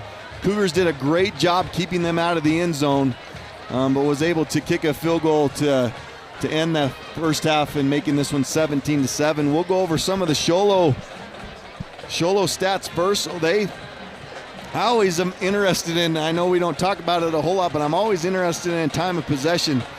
And I've got Sonia Simmons here. I don't know how I got lucky enough to have Sonia here with me instead of over in Flagstaff with Floyd, but I appreciate her being here and doing the stats for me tonight. I didn't do a very good job helping her, so she did a great job doing this. So time of possession, though, for the Cougars, 14-11 is what we've got that they had the football. They had 6 first downs, and they had a total of 135 yards. They had a total of 29 plays. They averaged 4.7 yards per play. They had 65 rushing yards, and as far as their passing, they had 70. Nash Brewer went 4 for 9 in his passing with 70 yards. His longest one, as you maybe see on the highlight reel here, but his long was 50 yards down to Kishbaugh to get them lined up for their first score of the game. So great job there and nice play. As far as rushing, we talked about Nash Brewer and how much he does. He's kind of their guy. He's just very athletic and does a great job. And He's not only 4 of 9 passing with 70 yards, but he also leads the team in rushing. He has 9 attempts for 40 yards, and he has their 1 touchdown. So Ryan Kishbaugh also has 4 carries for 15 yards. Ray Pedraza, 6 carries for 8 yards, and Jet Walker had a carry for a couple. And as far as receiving, leading the way, because of that big play, Ryan Kishbaugh, number 6, 3 receptions for 69 yards. And then we have Colton Cloyd made a great catch for 11 yards, and that will kind of finish up the stats for the Cougars. So as far as what you see and hear on those stats, Mike, for the Show Low Cougars, what are some of your thoughts, some of the highlights that you saw from the Cougars in the first half? Well, I think, and this probably goes for both teams as well, but I think the running game is kind of tough sledding for both teams, and it's certainly the inside run game has been really difficult. Both defenses are pretty stout inside in there. I think Show has looked to try to get Brewer out on the perimeter, and Snowflake's done a really good job containing him. I think the bulk of his runs have been quarterback draws or something up the middle, some quarterback scrambles and things like that. So coming out here at half, I'd look for them to probably try to establish some of that inside run game a little bit with Kishbaugh Pedraza, if they can get that going, just to kind of help give Brewer a little bit, so they don't have to be so reliant on him making a play. But outside of that, they have great speed, but boy, the Snowflake has great team speed with them as well, and so I think it's going to come down to execution if they can get some blocks, and they may have to, instead of trying to hit go for a quick hit home run, they may have to look to see if they can sustain some, 10-play drives and, back to the old 3-4 yards in a cloud of dust, and see if they can run the ball down the field a little bit and punch one in. But I just, Snowflake's defense to me has been so impressive with their overall team speed. Usually you'd see Brewer get on the outside on a couple of those runs, and he is gone. And not tonight. Snowflake's done a really good job containing at least that big play. And with Kishbaugh as well. Love it. For the Snowflake Lobos, we talked about time of possession. Show Low with the 14-11. Snowflake's had the ball 9 minutes and 49 seconds in that first half. So time of possession has been a little bit different in this game as far as what the score represents. So first downs, the Snowflake Lobos only have 3 first downs in this first half. They have a total, as far as their yards, of 166. They've ran 22 plays. Their average per play is 7.5 yards. So they have 38 rushing yards is all for the Lobos, and most of that came on a big run by number 6, Jet McCray. As far as passing, Easton Butler has 128 yards. He's 5 of 10. His long is 64 yards, and he does have 2 touchdowns with 1 interception in that first half. As far as rushing, Jet McCray leads the way. He has 4 rushes for 21 yards. His longest run was that good run right up the middle for 25 yards. And we didn't see Jet in the second quarter very much. If I get any information on that, I'll let you know. I'm not sure if he got a little injury on that one. He kind of got thrown pretty hard on that tackle, and I don't know if I've seen him since, so we'll see how that goes. But he has 4 carries for 21 yards. Easton Butler, second leading rusher with 3 attempts for 16 yards. And Canton Turley, number 28, looks like he might have had 1 carry for a yard. So that kind of rounds the rushing up. As far as receiving, Lance Christensen has 2 receptions for 70 yards, and he has a touchdown. J.J. Lerma, 1 reception for 38 yards. Number 8, Davin McCray, has 1 reception for 14 yards, and the second touchdown for the Lobos. Braden Lewis, 1 reception for 6 yards. So that rounds up the stats for the Snowflake Lobos.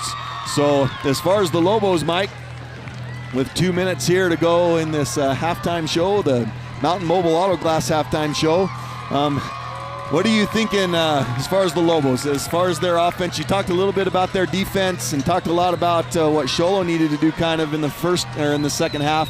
What are you thinking about the Lobos and their offense? I think it's hard. They've had a hard time getting going, and I think a lot of that is credited to Show Low's defense, but a lot of that also is got to be credited to the turnovers. I think they've put the ball on the ground 3 times. They've thrown an interception as well, and so it's hard to get started when you've turned the ball over. They've basically lost 3 possessions, and so I think the coach in me, in these situations when we're kind of out of funk a little bit, when I come out of halftime, I'm going to hopefully I'm dialing in on what we do really well, and I'm going to come out and try to establish that. And with with Snowflake, if it's that inside run game, or I don't know what coaches feel like their strength is, but I think that's where I would tend to lean on. Maybe a little bit of short passing game, a little bit, and just try to get yourself back in a rhythm, and then just let everything kind of take care of itself from that point. I think their offense would be, like I said, just those turnovers have just, I think, cost them a lot of momentum. It cost them, they were moving the ball pretty well till they threw that interception on that 3rd possession, and then they've really struggled from that point. So, hopefully if they can just, again, get dialed in, fundamentally get sound, limit the mistakes, I think they'll start moving the ball. Great job, Mike, and that's going to do it for this Mountain Mobile Auto Glass halftime show. You've heard the stats in the first half. Great football game we got going here tonight. 17-7, Lobos on top. We'll be back in just a few minutes with the start of the second half. You've listened to the Mountain Mobile Auto Glass halftime show.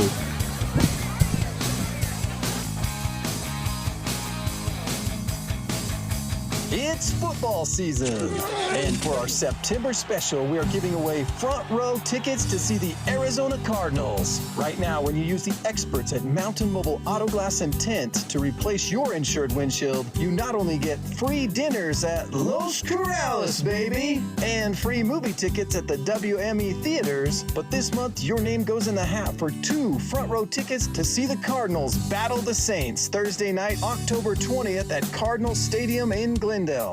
Plus, you get gas money and motel the night of the game. Right now, get dinners and movies, or choose full-service car washes, or $100 in window tint. And your name goes in the hat for front row Arizona Cardinals tickets. Oh, and if you don't like football, we will simply give you $1,000 cash. You know the number. 536-597. Mountain Mobile Auto Glass cash back. It's time to cash in on the value of your old car. You may have seen more new cars at dealerships, but used car values are still holding high for the moment. It's time to trade in your current vehicle and get top dollar while you still can. Where? Hatch Toyota, of course. The White Mountains volume dealer is still offering the highest possible values for your trade. Or we'll buy it outright. Cars, trucks, crossovers, SUVs. Come in and get an instant appraisal and offer, and we will write you a check on the spot or apply it as trade value for your new 2022 Hatch Toyota. And we have the inventory. Now's the time to turn your old car into a payday. We're not just saying it, we're paying it. Hatch Toyota at the Northern Arizona Auto Mall in Show Low and at hatchtoyota.com. Keeping the White Mountains rolling for 32 years. Hi, this is Chaz Hatch. Get our statewide low price guarantee on every new Toyota. Find out more at hatchtoyota.com or visit us today at the Northern Arizona Auto Mall in Show Low. Offers and Toyota Financial Services. Exclusive government and dealer fees. See dealer for details. Imagine this, a professional healthcare partner that's concerned about you, your choices, your health, your safety. At White Mountain Regional Medical Center in Springerville, choice and elevating your healthcare experience is the mission of our new CEO. Experienced physicians and friendly staff. Whether you need a rapid COVID-19 test, a vaccination, or you're looking to utilize the newest MRI, CT scan, or nuclear medicine technology, White Mountain Regional Medical Center, located in Springerville, is your healthcare partner when choices matter. All right, welcome back. You're listening to the Sports Zone Radio Game of the Week presented by Hatch Toyota. We're almost ready to kick this one off, start this second half. What a great first half it was. We talked a little bit of sloppy play. You know, it's early in the season. We don't usually see this rivalry game, this big of a game early in the season. So I don't know if I really expected it, but there's been a few turnovers, some penalties, and just a little bit of sloppiness out there. Kind of expected. This is the Lobos' second game. I'm telling you that last week the Lobos looked really good. They made very little mistakes. They didn't turn the ball over. I think they had one turnover late in the game, but just did really well. Not a whole lot of penalties. They have 3 here in the first half, maybe 4. But those need to go away for the Lobos. As far as the Cougars, they haven't really turned the ball over a whole bunch, but their penalties have really killed them as they've had some holding calls and some blocks in the back that have kind of put them back in their own field. So both teams need to clean a few things up here in the second half. But what a second half I believe that this is going to be. 17-7, as mentioned. The Cougars will be getting the ball in the second half as Braden Lewis lines up to kick this one off, and we'll get started here with the second half. Kick is up, a little bit short this time, not going to get it all the way back to Kishba. Trying to get it out over here to his own sideline. We'll get you a number on that. Nice return here for the Cougars to start this one. And that looks like number 12. Number 12 is Sergio Villalba. I hope I said that right. I apologize if I didn't, but a nice return by Sergio. And great job there, and got them out to their own 34-yard line to start their first possession of the second half. Yeah, he came clear across the field and made a couple of people miss, and had a good close to that run to get him out up at the 35-yard line. So.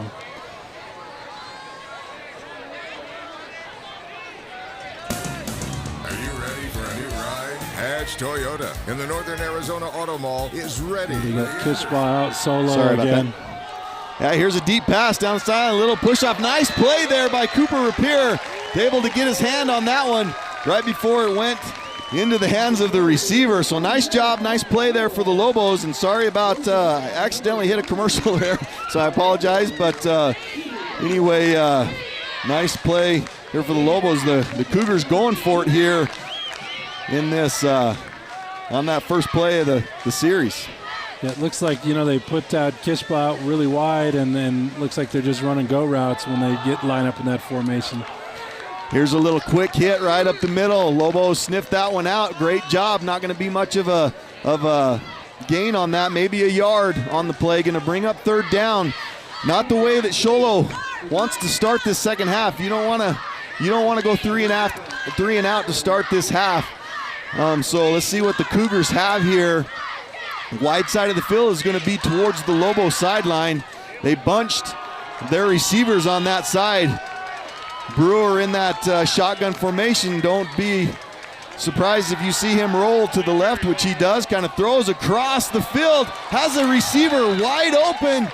But that is a hard pass to complete right there. But what a play call by the Cougars. And had him open, that would have been a huge play. Intended receiver on that was number 31. That's Colton Cloyd again, but just unable, just out of the reach of that receiver.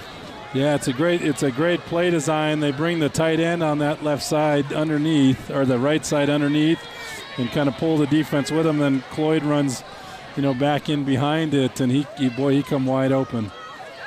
So here's the punt. A little bit of pressure there. Christensen's going to get a chance to return here. Takes it down the Lobo sideline, cuts it back, gets pushed out of bounds at about in Cougar territory. So a nice return by Christensen, going to give the Lobos good field position to have on their first possession of the second half. Yeah, that's going to put them in Cougar territory here to get this first possession started. So always great to start with the short field. Looks like they're placing it at about the 42-yard line of the Cougars.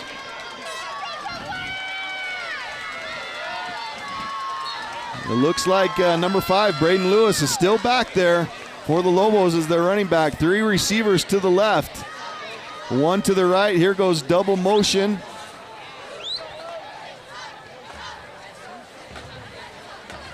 Going to hand that off to Lewis right up the middle. He's going to drive.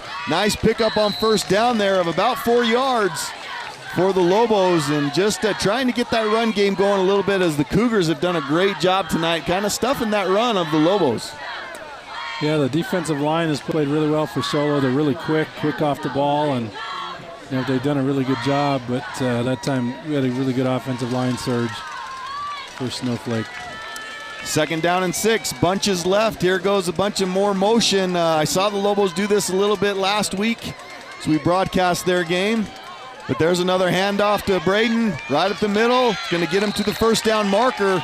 I believe that's going to move those markers, and that's a 1st down for Lewis as he picks up about 10 or 11 yards on his first 2 carries. Yeah, basically the same play, right? They just started different formation and shifted back into that 2-back set, and that fullback's leading through the hole, and Braden Lewis is just following, and 2 nice gains. I'd be surprised if they move away from that. So one thing I'm noticing here is Braden Lewis, he's got both hands on that ball as he comes through the line. Here's another handoff to him. A little bit more to the right side. Going to pick up another great gain. That's going to be a pickup of about 9. There is a hold, or there is a flag on the play. I'm guessing that it's going to be a hold, but it's too bad for the Lobos as they are making some good progress, but that might have been sprung by a hold. So that is going to be a holding on the Lobos. Going to take him back 10 yards. It looks like right at the 1st down marker. So that's going to be, or the line of scrimmage. So that's going to be a 10-yard penalty. Going to be 1st and 20 as the Lobos shoot themselves in the foot a little bit on this drive, as they were looking so good on those first few plays. Yeah, they established the run really well those first 3 plays, and now they're, that 1st and 20, it may take some of that running game out of play here, but so 1st and 20, kind of right back where they started this drive on the 43-yard line. Going to that double back again. They got a receiver out here wide to the left, one wide to the right. Snap is good. Looking to throw. Butler has lots of time on a little post route. Lance Christensen finds him in the middle of the field. That's going to be a catch and a big gain for the Lobos, bringing them down to about the 11, 12-yard line. Nice pass and nice catch for the Lobos. Yeah, really nice route was that by Christensen again. He kind of gave a little false step outside and was able to get inside of Pedraza, and really nice ball by Easton Butler. That was a really nice play and a 1st down, getting them down to the 12-yard line. Lobos fake the handoff, a little quick pass out to the right. I didn't see what happened there. It looked like the receiver might have fallen down even, so that's going to be incomplete. And going to bring up 2nd and 10. I think they got the light situation fixed. I believe that they got that cluster of lights on this north side going, so hopefully you can see a little bit better. I sure can, other than the far side of that field, but I didn't see exactly what happened on that play, but incomplete pass. 3 receivers left, 1 wide right, single back for Butler. Here comes motion by Lerma. Going to fake the handoff, a little swing pass out to the right, and Lerma just drops that pass. Had a little room, I think, to run, had a blocker out there, and just couldn't hold on to that ball. And going to bring up another 3rd down for the Lobos after a big pass play to Christensen to get him down to the 12-yard line. A couple of plays stalling out here, bringing up another big 3rd down. Yeah, they had that set up really nice after those 2 dives with Braden Lewis, and they faked that dive, and then, like I said, you had a lead block out there. If he could have brought that in, I think that, might have a chance to score. 3rd down, handoff to Braden Lewis, kind of towards that left side. Was able to get a few of those yards, but still just not being able to convert in the red zone. So the Lobos stall out as they bring on their field goal unit again. This is about the same spot where he kicked the field goal right before the half. Yeah, that play call almost makes you wonder if they were setting up for the field goal over on this hash. Yeah, and this is not Braden Lewis. This is number 14, Sam Brown, for the Lobos. So giving him a shot. It's up, and it looks good, and it is good. Nice job. I don't know the last time I've seen the Lobos have 2 kickers, 2 good kickers, no less. Yeah, so I don't know the last time I've seen 2 different kickers make a field goal in a high school game for the same team. I hope I didn't miss that. I mean, that hasn't been Sam out there the whole time kicking, has it? I don't think so, but nice job. Number 14, that's Sam Brown, sophomore for the Lobos, coming in and kicking a field goal, giving the Lobos a few more points, bringing this one to 20-7. Lobos on top. 7:55 to go in the third quarter. And here we go as the Lobos will come out and kick off to this Cougar team. Yeah, I really liked there where Snowflake came out and tried to establish that inside run game a little bit and use their size advantage. And, they got a couple early first downs, had a couple of nice runs on that drive to start. And so I'd look for them to probably come back to that quite a bit here the last quarter and a half or so. Had some good success running, just kind of stalled out, had a penalty that brought him back, and it's hard to recover from when you don't have the whole field to play with on a 1st and 20. It's hard to come up with the play to get you a first down, help you out. So nice job by the Lobos getting points on the board. So here's the kick.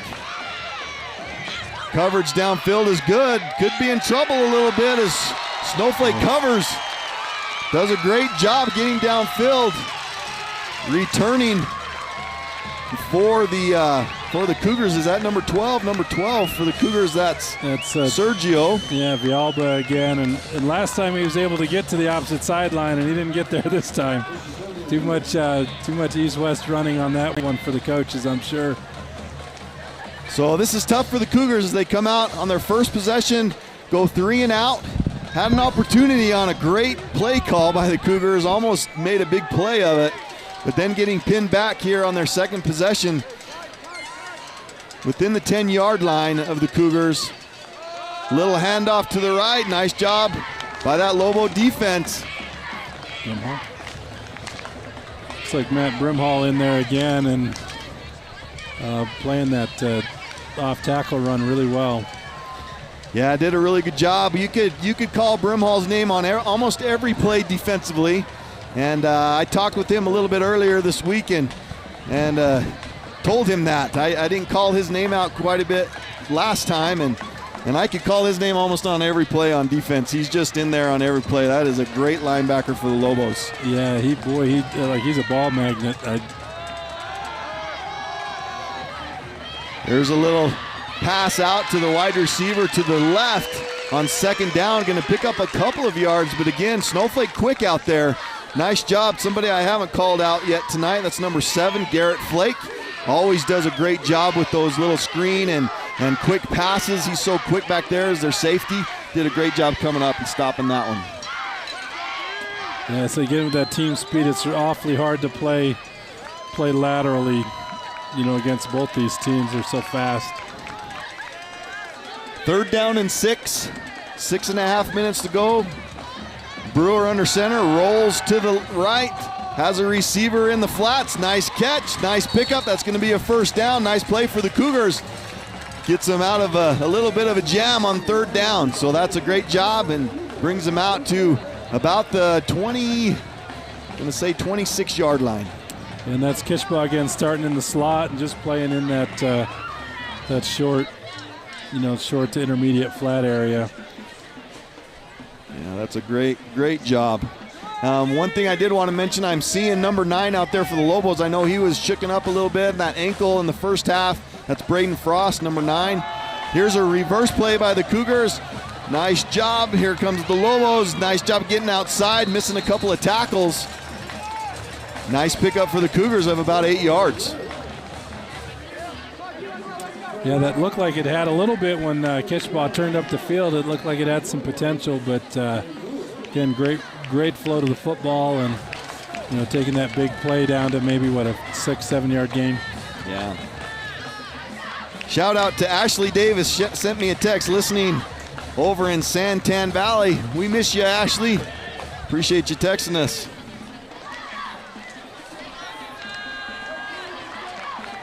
All right, 2nd and 3 for the Cougars. Bunches left. Brewer with the ball. Handoff to Kishbaugh to this weak side. Nice job that time. There's number 25, Matt Brimhall, just sniffed that one out. Got into the legs of Kishbaugh, and that's how you have to tackle him. He is, well, that's number 5. I apologize. Number 5 is, that's, I should know, I've called his name, Ray Pedraza. Great running back for the Cougars. Just a nice job by Brimhall just stopping that. So, yeah, Kishbaugh's on the sideline. It looked like he got dinged up a little bit on that reverse. All right, another third down for the Cougars. 2 receivers. There goes motion. Here's Brewer rolling, fakes the pass, avoids a tackle, throws it deep, has a guy, goes up and catches the football.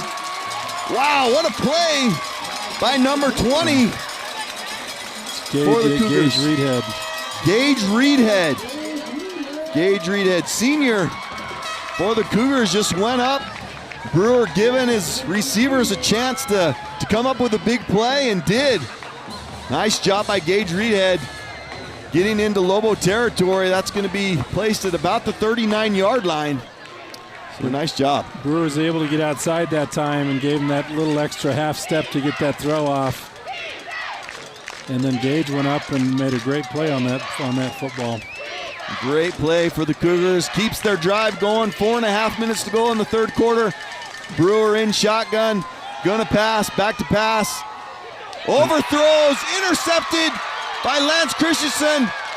Comes down to the 40-yard line. Slides in. There is a flag on the play. We'll see what this flag is. But Nash, a couple of times tonight, has just got a little bit of pressure and has overthrown his receiver. Had a guy open in the middle of the field. But they're going to call holding or a block. Oh, that's a block in the back on the return. So that's going to bring him back 10 yards to the 30-yard line. But still, Lobos have possession. So. Yeah, and I think that's the cardinal sin for quarterbacks, right? You can't be high over the middle, and I think that pressure right in his face, and he's not able to step in and drive through that throw, and it kind of sails on him a little bit. We have to remember that, Nash has been a runner. Right? This is his first time playing quarterback. I mean, he's got a couple of games under his belt. He's just such a great athlete and a great kid. And, you can put that kid anywhere, and I've been so impressed with him this year as far as his abilities to play quarterback. Just come in. It's not easy to just come in and play quarterback. You have to be a pretty good athlete to play quarterback and to do all the things that he does, especially when you're a thrower and a runner, and he kind of does everything. So too bad on that one, but overthrown. Lobos get possession, run the ball up the middle. Going to be a gain of about 3 yards. That's going to be number 32. That's J.J. Lerma. Lobos lining up quick offensively. They think they can get something going here, maybe wear down that Show Low defense a little bit. Here's another quick handoff right up the middle. Got some blockers. Tries to kick it outside. I believe that's Lerma again. And a nice pickup there for the Lobos.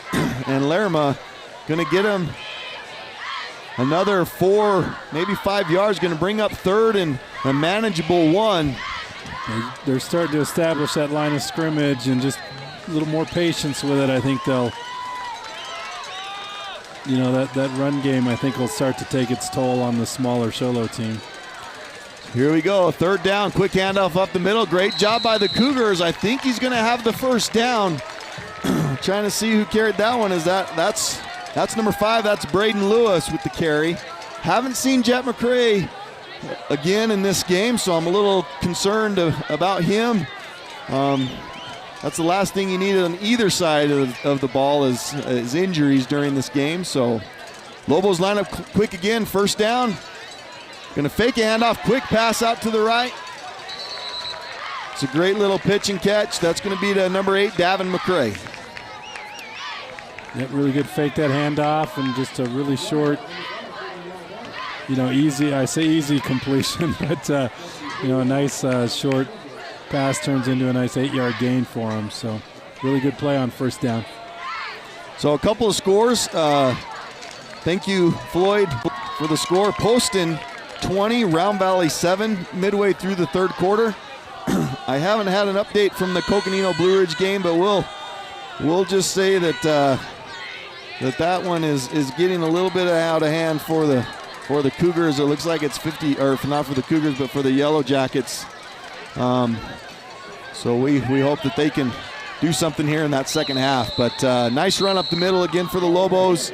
There is a flag on the play. It looks like this one's going to bring the Lobos back again. So it looked like some sort of illegal formation. So it looks like Jets, I see him over on the sideline without his helmet on, so that's usually not a great sign. We'll try to get an update for you on that. But maybe just another shout out real quick where we got a text from Ricky Milan watching on YouTube, Show Low class of 81. Thanks for listening, Ricky, and thanks for texting in. All right, gonna be second down again. A second down and about 8 for the Lobos. They get into this bunch set to the left, wide to the left, single receiver to the right, one running back. Here's another whistle, and this is going to be a delay of game on the Lobos. So Lobos look like they start to get something going, and then a couple of penalties really pushing back. So that's going to be 5 yards, going to give them second down and 13. And both of these are pre-snap penalties too, which is, as a coach, it's frustrating, right? You can live with aggressive mistakes, but mental and pre-snap penalties are difficult.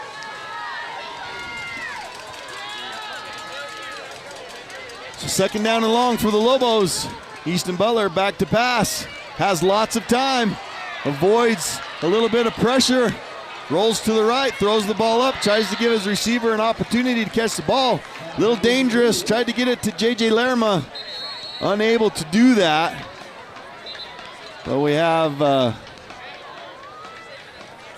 looks like we have a player down for the Lobos on this, on the Show Low side. That's Lance Christensen. Looks like he might just be cramping up a little bit. I'm thinking on this. You would think, like I said, I announced the game last week in Snowflake Northwest Christian, and you would think that this would happen quite a bit down there in the valley. It was 106 at game time, and I saw more Northwest Christian players cramping up than Snowflake. But here we go tonight here in the White Mountains. Lance Christensen, maybe the only player for Snowflake that I've seen, Braden Lewis too, that have kind of played both ways tonight for the Lobos and kind of feeling the effects of that in that right calf, it looks like. So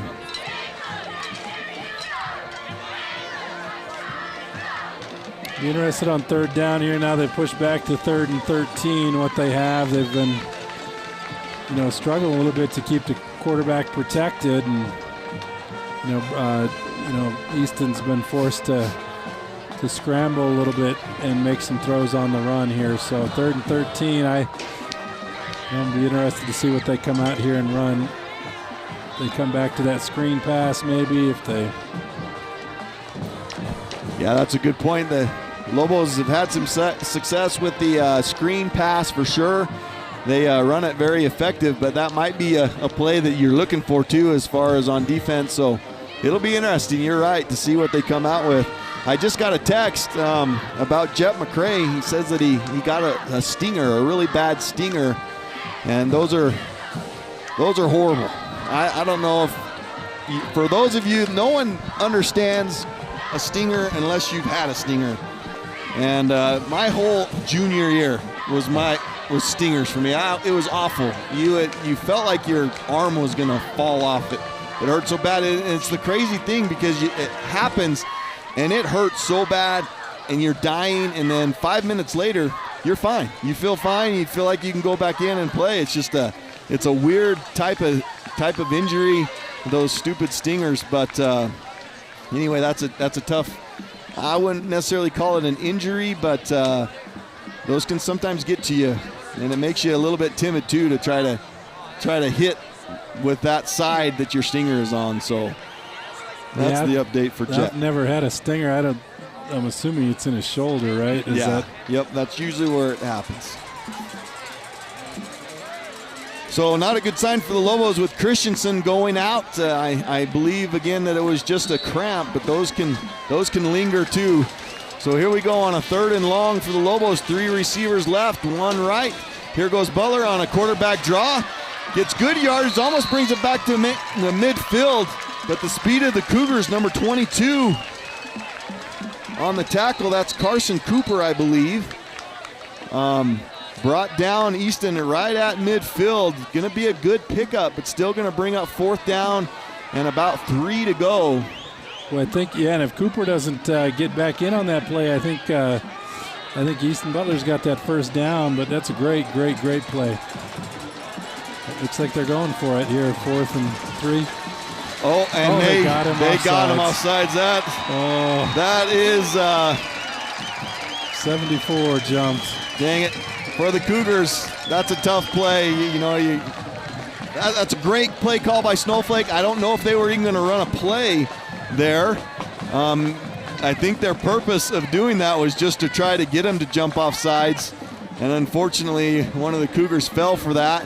And that's going to be a 1st down for the Lobos. So right about midfield, the Cougar 48-yard line, maybe 47-yard line. Yeah, you just want to make a play, right? You just want to make a play for your team and just a little too anxious.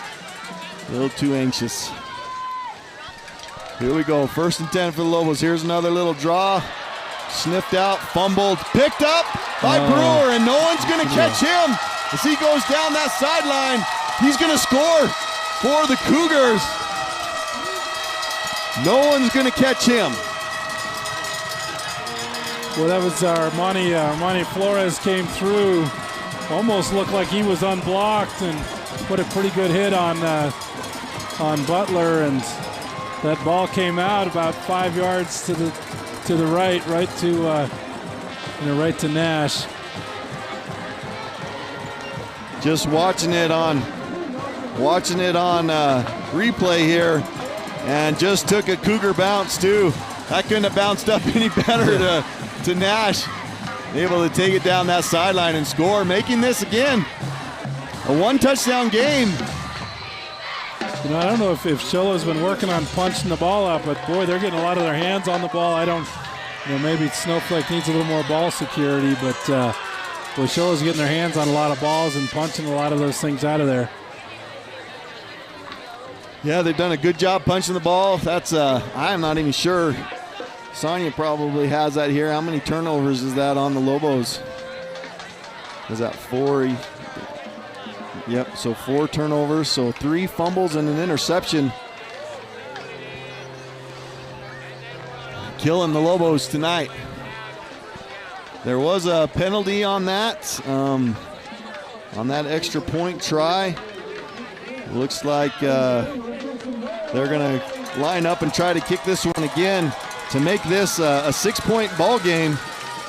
Oh, good penetration. Good penetration. The ball's up, and that's going to be good. So that's going to bring the score to 20-14. Lobos still on top. 25 seconds left to go on this one. We'll take a quick break, and we'll come right back.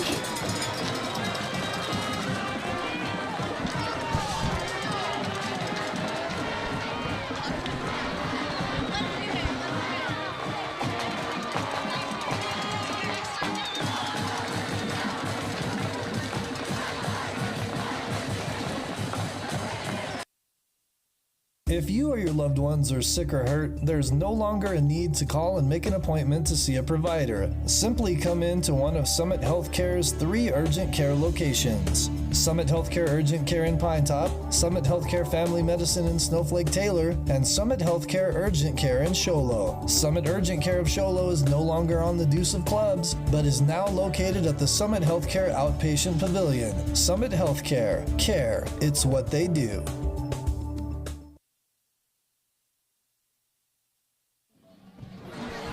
All right, welcome back. Cougars are getting ready to kick this one off. What a job by the Cougars defensively tonight, causing those turnovers, giving the Lobos a rough time. We were just talking about that, Mike and I, if the Cougars kind of worked on that, punching that ball out. They've had a lot of success with that tonight. 3 fumbles on the Lobos, 1 Nash Brewer picked up and was able to score. So here's the kick, short kick. Going to be returnable, building that middle wedge. Trying to get up the middle of the field. Nice return. Making sure that hold on to that ball as he gets just across the 40. And I believe that's J.J. Lerma with the return, and just a nice job on the wedge there. Yeah, you see Show Low's got a little extra pep in their step now, right? They're down one possession game, and I think that's what Coach Carlo had said. They get to the fourth quarter and they're in the game still. That's the position he wanted to be in. Yep, this is exactly what he said in the pregame. He's like, if we can just keep this thing close to where we have a shot at the end of the game, and they are there. So this is success for the Cougars tonight against this Lobo team. Here's a little cross handoff, sniffed out this time by the Cougars. That's number 54. Nice job there for Zane Engel. Nice job sniffing that one out as they faked to cross the line and then came back across. He sniffed it out and was able to make a great tackle there. Yeah, coming from his inside linebacker, opposite inside linebacker, and if he just kind of slipped through the block and made a really good read on that play, really good tackle. So that's going to do it here. Third quarter, as the third quarter comes to an end. What a big fourth quarter this is going to be. Who's going to come out on top? Are the Lobos going to be able to maintain this lead? Or is the Show Low Cougars going to be able to come up with a big score here at the fourth quarter? Stay tuned, everybody. We'll be right back.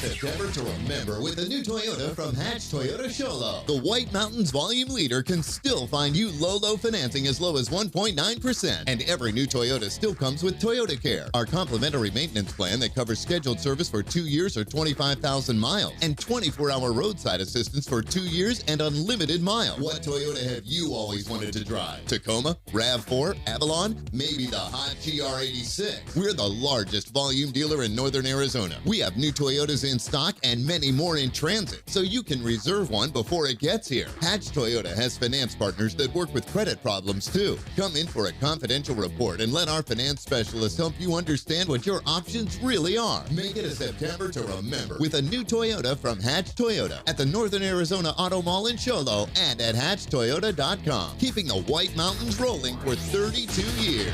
Offers on approved credit plus tax, title license, and dealer doc fee. See dealer for detail. All right, start of the fourth quarter. First play for the Lobos.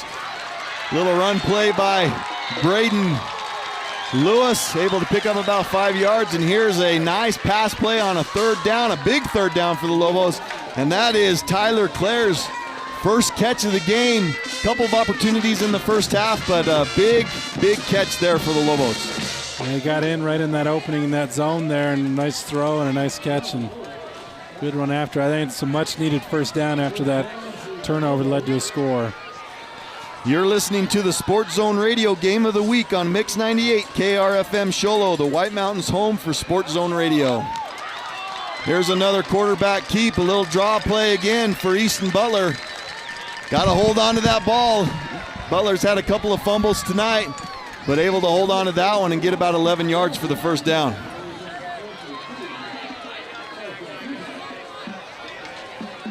Yeah, there's a lot of motion over that offensive line. It looks like they're pulling from that left side to the right, and they almost run a counter off of that. It's a nice gain, though. It's sure a benefit when your quarterback can run like that. Yeah, great job by Butler on that. Here's a little slant play. Wow, was that intercepted? Armani Flores, yeah. Off of Davin McCrae's hands and into the hands.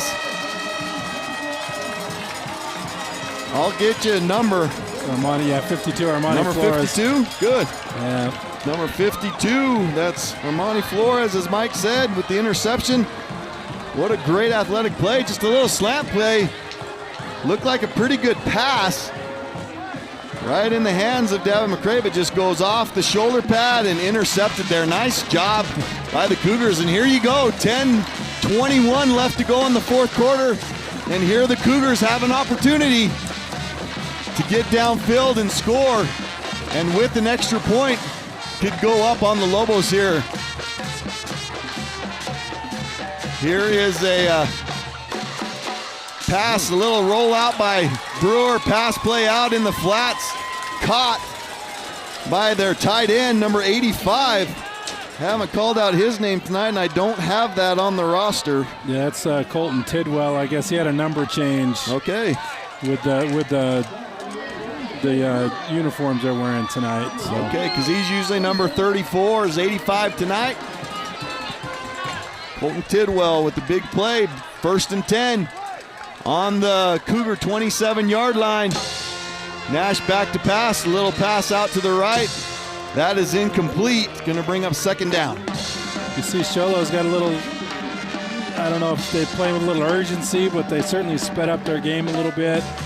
Kids look a little more excited, engaged, right? They are starting to believe they got a shot to win this thing. Yep, they absolutely do. And what a big win this would be for the Cougars as they could come in and beat one of the top 10 4A teams in the state. Brewer under center, quick handoff right up the middle. Lobos do a pretty good job, just a couple of yards on that one. Going to bring up a big 3rd down again for the Cougars.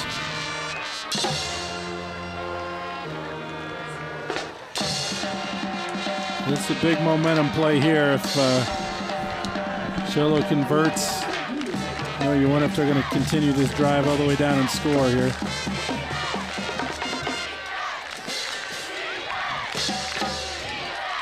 Approaching 9 minutes to go in this one. 3 receivers to the left. Brewer in shotgun formation. Single receiver to the right. Brewer rolls, gets hit as he throws. Complete, but had to go up high for that one. That's Ray Pedraza again. Had to go up high for that one. Just couldn't quite keep his balance as he came down. Actually looks like it lost a yard on the play, and that's going to bring up 4th down. So the Cougars with a big opportunity, just unable to convert there on that 3rd down. Yeah, Jordan Mowers, really good pressure up again and kind of forced that throw, I think, probably a little earlier than Brewer wanted to throw it. So really big play there by Jordan. Low snap. Brewer's going to keep it. He's got room down the sideline. He's going to get a 1st down and goes out of bounds right at about midfield. Lobos thought that they might be able to block that punt, and that looked like a fake all the way as he went and faked the punt and just took off to the left. You've got to have some containment on that outside when Brewer has the ball, no matter what. If he's the punter or the quarterback or whatever position he's playing. Big play. Yeah, great hands again to field another low snap, and do a quick dive here. So a quick play right up the middle. And he breaks through. Kishbaugh breaks through. And barely a shoestring tackle there by Braden Frost. Touchdown saving tackle as Kishbaugh breaks through that defensive line. What a big play and big gain for the Cougars. Well, how did he pop out of there? I guess just nobody wrapped him up. Everybody was looking like all the linemen were tackling each other, and nobody quite knew where the ball was, and he just popped out the other side of that pile. Wow. So I'm not sure. I was watching the replay. I'm not sure who called timeout there, but we'll take a quick break, and we'll be right back. Don't go anywhere. 8:19 left. Cougars coming down. If you signed up for the Affordable Connectivity Plan with another company, your ACP with Cellular One will be canceled automatically. The FCC allows only one ACP plan per household. This is a problem if the company you've signed with can't provide service in your area. No service means no internet, no hotspot. No one can match our coverage area. Cellular One's ACP comes with 60 gigabytes of LTE data. Don't get talked into getting less. Visit any Cellular One store today or at mycellular1.com. Local, here to help. ACP is a government benefit program and customers must qualify. Some restrictions apply, limited time only, non-transferable. Limited to one line per household. All right, coming out of the timeout.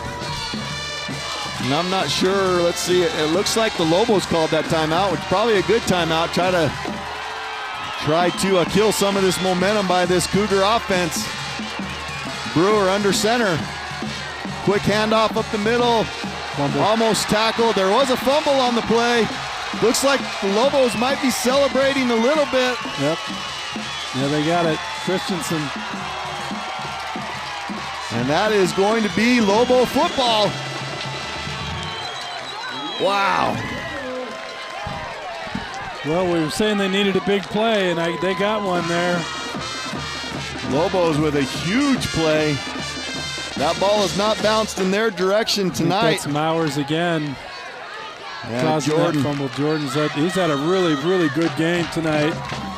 Defensively, I think that he's pressured the quarterback and caused a fumble or two, and I mean you couldn't ask for a better time. Nice job by Jordan Mowers. Unfortunately for the Cougars, turned the ball over as their momentum was going in the right direction. So here's a handoff up the middle. Nowhere for Lewis to go, but he breaks it outside. Breaks a couple of tackles. Goes out of bounds. Try to get you yards on that play. But looks like he stepped out of bounds a little earlier than I thought. So maybe a gain of 2 on that.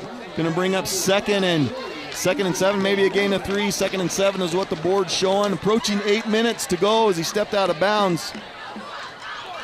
Good defensive penetration. That looked like it was going for a 2 or 3 yard loss. And it was a good run by Braden Lewis just to get that thing across the line of scrimmage. Another handoff, same spot. Tries to get behind his blocker. Breaks a couple more tackles. Gets to the first down marker. Big play there by the Lobos, and Braden Lewis running hard. Just trying to find little seams. Had his hand on the back of a blocker there and just kind of followed that block for a minute. Just a tough run. He broke 1, 2, 3. Fourth guy with 3 tackles before they finally brought him down. So they did mark that just short of the first down marker. So this is 3rd and not quite even 1. So this will be maybe the only time you'll ever see the Lobos come under center. That's the first time I've seen them come under center in years. So I'm glad they've got that little play in place. But anyway, you won't see that very often. But nice job by Butler getting behind his big offensive line and getting a first down. Yep, really well executed quarterback sneak. They got 3-4 yards on that. Surprised a little bit. I thought they were going to come up and try to draw him off sides again, but here we go. 2 receivers right, 2 running backs. They're going to run that same play. This time DeLerman has a little room out there, cuts it back inside, gets to that first down marker again. Might be just a little bit short, but the Lobos doing a good job. That's 3 plays in a row. They've run that same run play, twice to Lewis and once to Lehrman. Yeah, they found something they like over on that left side of their offensive line. Christensen with a good block to spring him out there. Nice cutback by Lerma, getting him a few extra yards. Here's a high snap. Ball's on the ground. Looks like Butler's going to be able to fall on that. But again, Lobos just killing themselves here on turnovers, bobbled snaps, fumbles. It's been one of those nights for the Lobos, and that's going to bring up a very manageable 2nd and inches to a 3rd and 5. Well, it's a good play by Easton Butler to stop something from worse happening. Here we go, big 3rd down here. Good snap this time. Butler back to pass, a little flare. Pass out in the sideline. Looks like it hit him in the hands. That's Christensen. Looks like he's back from his little cramp in his leg, but looked like a good pass. Just unable to catch that one. It's a great pass. Would have got him a first down, but Lobos uncharacteristically dropping balls tonight. Lots of turnovers. Things that have really hurt them tonight. 4th down, 5. Here's the punt. Good punt this time by Lewis. Going to be returnable though. And this is dangerous right here.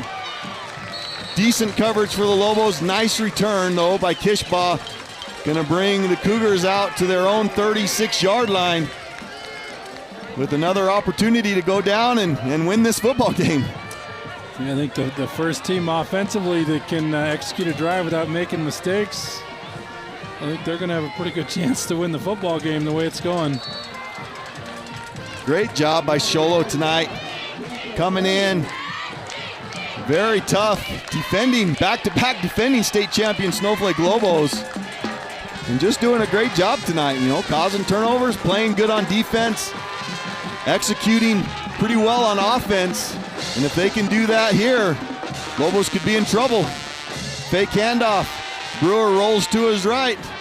Looking deep downfield, has a receiver in the middle of the field. Just throws that in the middle of the field. His receiver makes the adjustment. Comes up with a big catch. That's a couple of times that's happened. Colton Cloyd again with the big catch right in the middle of the field. Yeah, they run that little waggle right, and they've come back to the left on that. And had a couple of Floyd both times has been open when they run that little waggle and come to the backside. And just a great throw again by Brewer.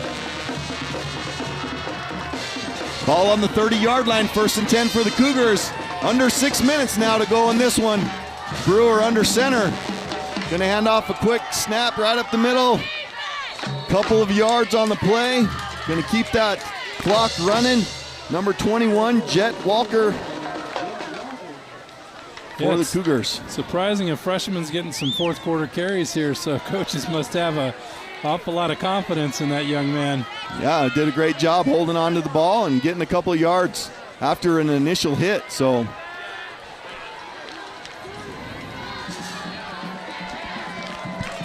approaching 5 minutes to go in this one.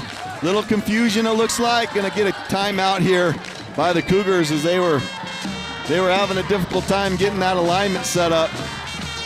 Big play here. Got to get some yardage on this 2nd down so that you have a manageable 3rd down. In Lobo territory, though, I mean, I can see the Cougars, they're going to go for it. If they get 4th down, they're going to go for it.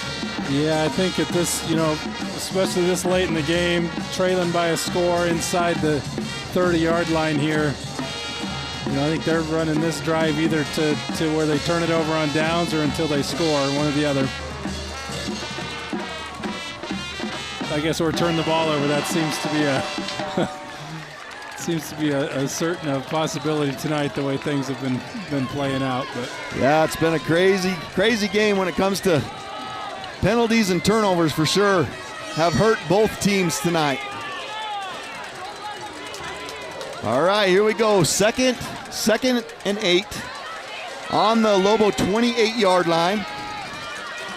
Brewer under center with 2 running backs behind him. Gonna do a quick pitch out, cuts it back inside. Good yardage. Carry of probably about 4 yards. Gonna bring up 3rd down and about 4, I'm guessing.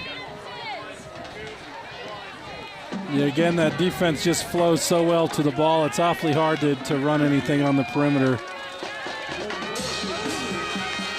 3rd and 4. Brewer under center. I can't imagine this going to anybody else but Brewer.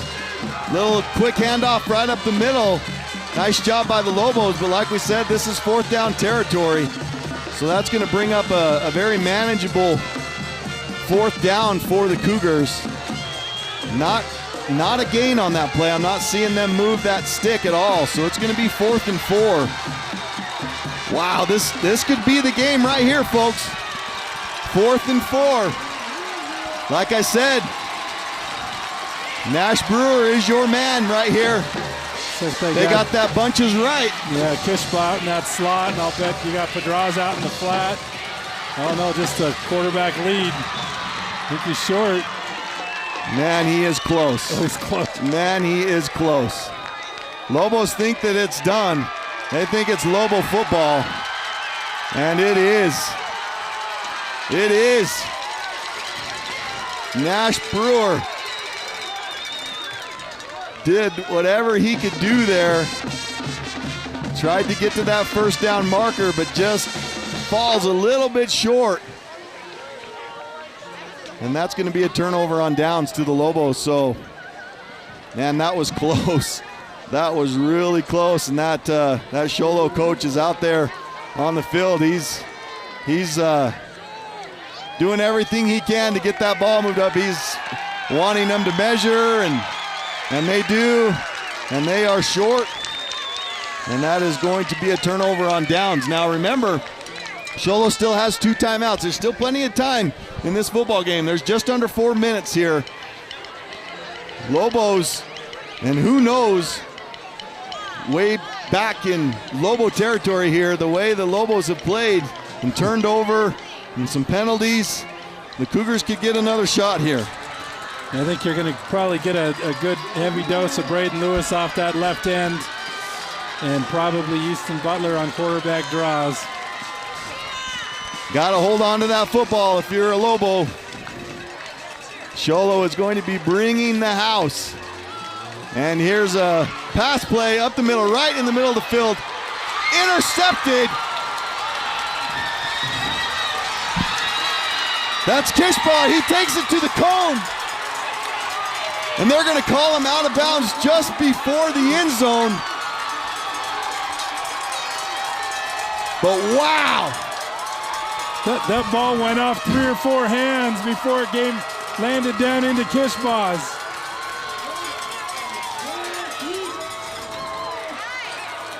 So I'm just going to put this out there, but what in the world are the Lobos thinking? Throwing the ball. I mean, there was so many Show Low Cougars right there.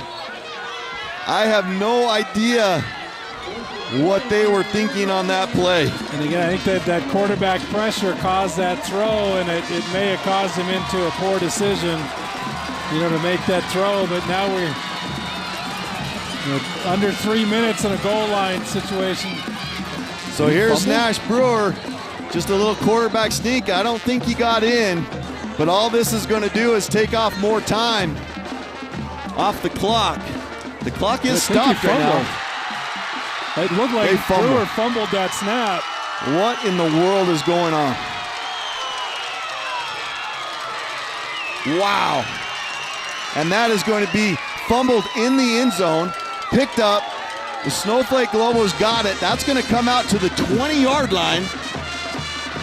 Which will allow them to run some offense, which they may not want to do at this point. Yes. They may want to just run the ball up the middle a few times and see where they go from here. But again, a golden opportunity to score and a turnover. It negates another offensive opportunity. We have to be 8 or 9 turnovers between the two teams now. Oh my gosh.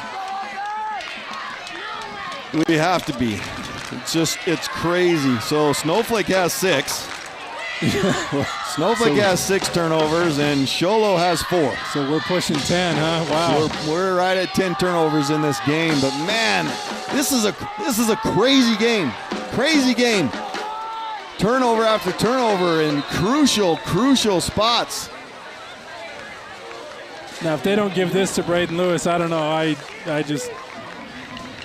I can't imagine there's any other play call but to give that thing to Braden Lewis on this and attack that left side again. I think Show Low ran a couple extra players on after that ball was put in play, so an illegal substitution. Yeah, they had 12 men on the field, so that's going to be a 5-yard penalty. So 1st and 5. Snap goes to Braden Lewis. He's going to take that right at the middle, gets to the sticks, going to get across for a 1st down. So still lots of time in this game, folks. 3.5 minutes to go. Clock stops as they move the sticks. Well, and again, another just tough run. He just 2 hands on the ball, not going to turn it over, and he's just not going to go down. I think you run that, maybe a quarterback counter off of it, and that's about it. I don't think you dare put this ball in the air again. Can't. There's a flag on the play again, so this game is not over, folks. Penalty on the Lobos. I think that was a holding call. Yeah, tackle on 73, right? So that's going to bring him back another 10 yards. It's going to be 1st and 20. 3 minutes left to go in this one. Show Low still with 2 timeouts. Snowflake with 2 timeouts. Well, I think last time they got back in this, they ran that quarterback draw a couple of times, right? And so I just, if you're going to throw the ball, boy, you better make sure it's safe and quick, and you just can't afford to turn the ball over down on this side of the field again. No, you cannot. They have been very, very lucky tonight. As far as Lobos, you don't turn the ball over 6 times and win football games very often. So, but like I said, this game is not over yet. Snap is good. Another handoff to Lewis. He takes it to that left side. Breaks a couple tackles. Gets down the sideline. Going to get a first down. Stays in bounds. What a great play by Lewis. Just staying in bounds and getting to that first down marker. Wow. Yeah, again, he breaks a tackle on 83 and an arm tackle by 5, 10. Then he gets out to the sideline and like I said, just a really heads-up football play not to go out of bounds on that. Gets the first down, flips the field, and certainly puts Snowflake in the driver's seat here to close this thing out. What a game. You're listening to the Sports Zone Radio Game of the Week, presented by Hatch Toyota. 2.5 minutes to go in this one. Lobos with the first down, about at midfield, 20-14 Lobos on top. Lots of opportunities for the Cougars to win this football game. It's just been a crazy, crazy night here at Show Low High School. Snap is good. There's another play called to Braden Lewis. Another great job just staying in bounds, getting to the first down marker. They are just going to stick with that play, I think, Mike. Yeah, at this point, I don't know. You know, maybe you might run a little counter off of that thing, but I wouldn't. I mean, I'm with you. I think Braden looks like he's wanting to bring this thing home. Boy, it took 4 or 5 Cougars to bring him down at the end of that run as well. What a will. Just under 2 minutes to go. Lobos doing a good job, especially number 5, Braden Lewis.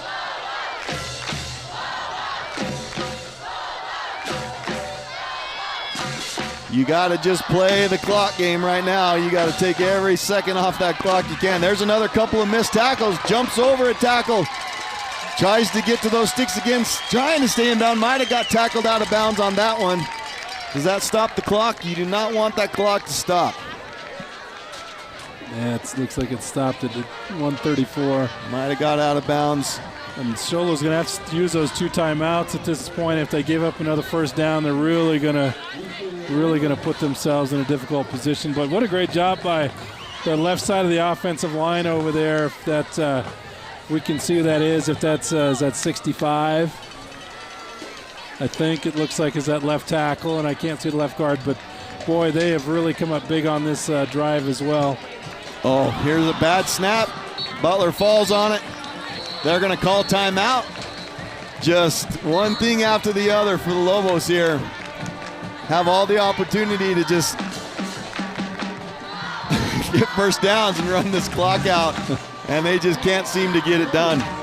So, and now you put yourself in a really rough spot at 3rd down and 11, and you know you want to keep the clock moving, and so you want to run the ball, but boy, with the way Show Low's defense runs to the football, 11 yards is a pretty tough get on a run play. You haven't thrown the ball real well tonight, so my guess is we're probably looking quarterback draw if they spread the field, or they're going to just keep running Braden Lewis and count on their defense to kind of try to win this thing.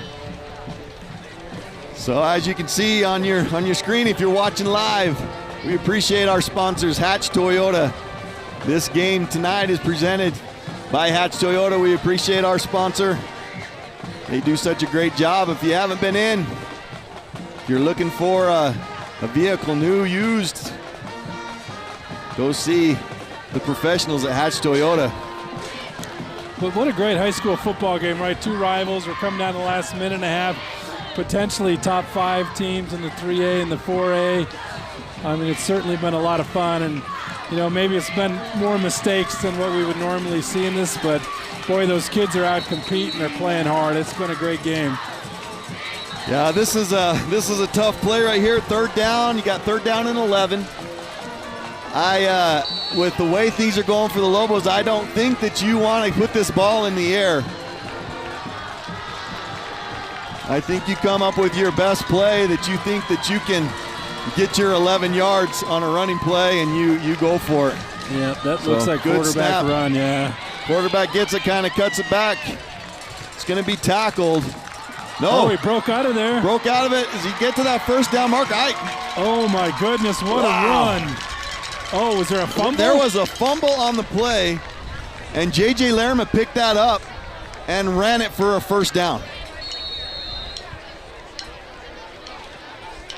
What in the world?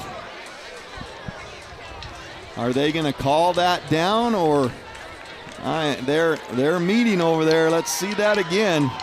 Oh, they're right at the first down marker. So they're marking it, and they're going to measure it. It's just short. And it looks like it's going to be just short of the first down. Just a couple of inches, it looks like. So it's going to bring up a big fourth down here. Show Low with one timeout, 1:18 left to go in this Sports Zone Radio Game of the Week presented by Hatch Toyota. 2014 Lobos on top.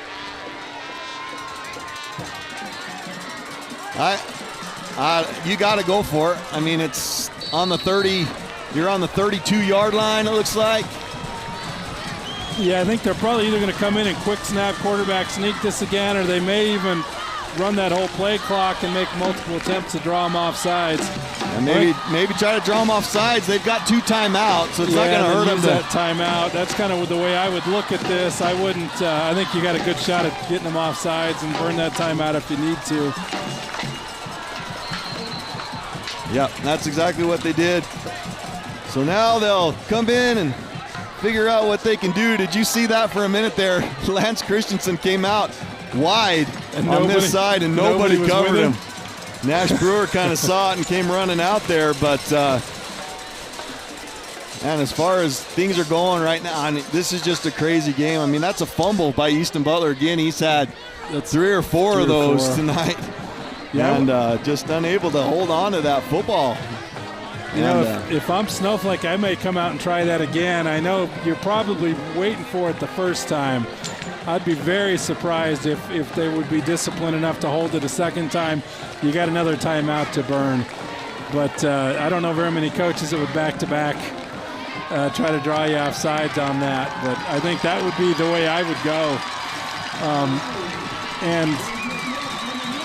Or they're going to sprint up to the you just ride your horse, Braden Lewis. Yeah. That's the smart thing to do, probably. That's what they're going to do here. They're in shotgun, which has been a little scary for the Lobos tonight. This has got to be a good snap.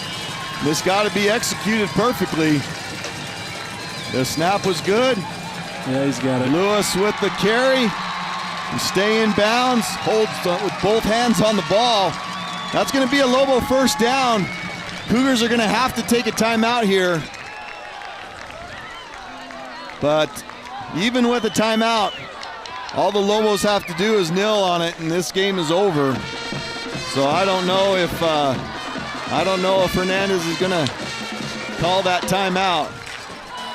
I think he sees that's the ball game. As long as the Lobos can hold on to the ball here, just under a minute to go.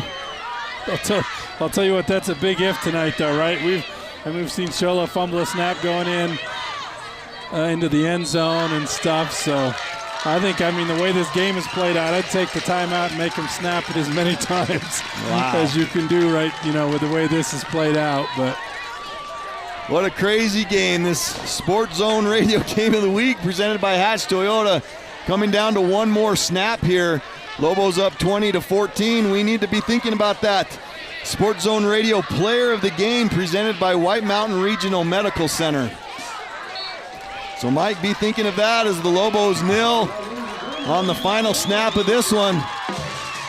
What a crazy game tonight.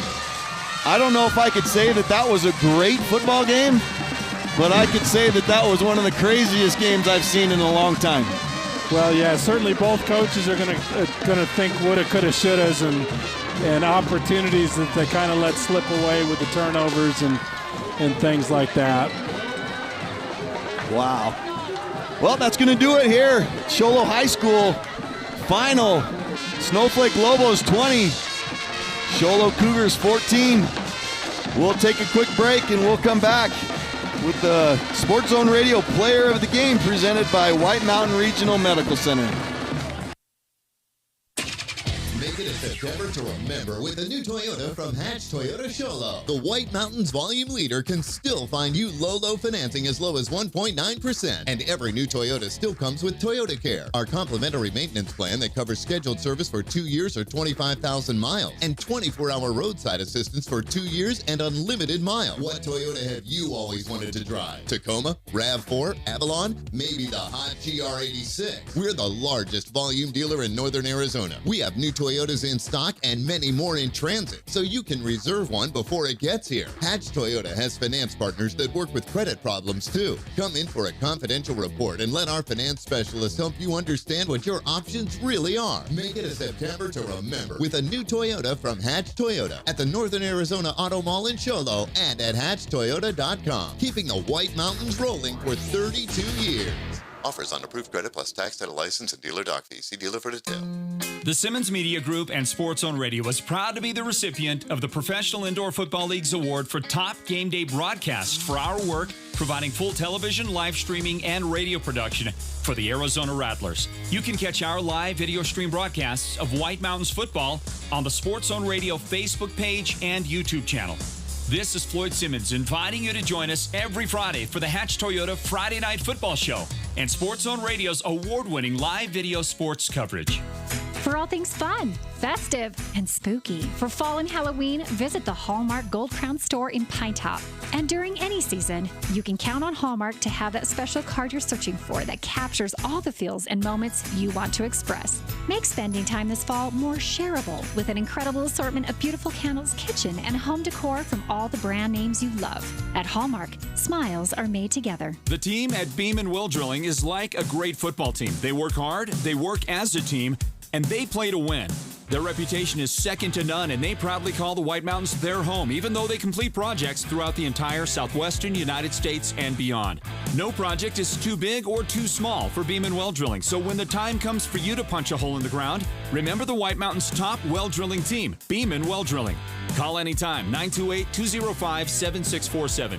Go deep with Beam & Well Drilling. Explore beyond your limits with Samsung's new AO3S smartphone. Free for a limited time at Naked Mobile. Activate 2 months of our $75 a month 60 gigabyte LTE data plan and get the Samsung Galaxy AO3S smartphone for free. Capture awesome pics with a triple lens rear camera or shoot video in HD, Bluetooth, GPS, and side fingerprint sensor for fast access and 32 gigabytes of internal storage. Get out and explore the world. At Naked Mobile, we've got you covered for free at any Cellular One store near you or at nakedmobile.com. It's football season.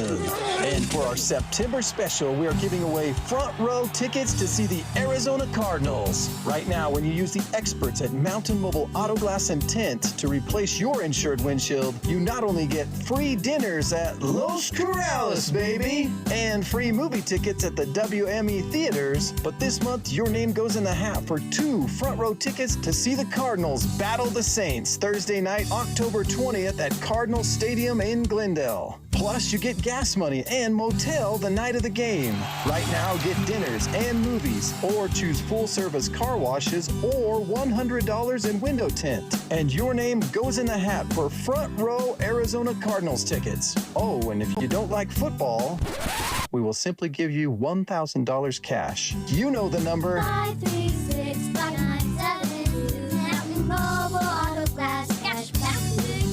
Woohoo! Imagine this, a professional healthcare partner that's concerned about you, your choices, your health, your safety. At White Mountain Regional Medical Center in Springerville, choice and elevating your healthcare experience is the mission of our new CEO. Experienced physicians and friendly staff. Whether you need a rapid COVID-19 test, a vaccination, or you're looking to utilize the newest MRI, CT scan, or nuclear medicine technology, White Mountain Regional Medical Center, located in Springerville, is your healthcare partner when choices matter. Welcome back to the Sports Zone Radio Game of the Week presented by Hatch Toyota. Crazy one here tonight, folks. If you weren't here, you missed one of the craziest games I've seen in a long time, especially in the White Mountains. So what a great effort by both teams tonight as they just come out and battle. I mean, there was some sloppy play. There was lots of turnovers. 6 for Snowflake, almost 7 right there at that last drive. 4 for Show Low. Just a crazy game to have Show Low come and get that interception, not get in the end zone, get knocked out of bounds right before he gets in to score at the 1-yard line, and then have a fumble. And it couldn't have fumbled like on the 1-yard line. And Snowflake recovers it, giving them the ball with such bad position on the 1-yard line. It bounces into the end zone, and the Lobos get the ball in the end zone to bring him out on the 20-yard line to give him a little bit of room to work. But what a great job by both teams. It's such a rivalry game, and it's just such a tradition, this game every year. And it's hard to, kind of imagine that, this game is kind of weird because, Snowflake's in the 4A now, Show Low's in the 3A, because you always look at this game and you go, oh, if they meet again in the playoffs or whenever, it's going to be a great game, and you just kind of look forward to that game again, and that's it, folks. That's it. I mean, these two teams will not see each other. They will not be competing against each other for a state championship this year. But what a great effort by both teams to just come out and do what they needed to do. I mean, Show Low, as Coach Hernandez said at the beginning of this show, the pregame show, is he just wanted this game close. He wanted an opportunity, and man, did he get that opportunity, and just unfortunately just wasn't able to capitalize a little bit at the very end. But maybe some of your thoughts, Mike, on the game and what you thought about it, and just some of the crazy events that happened.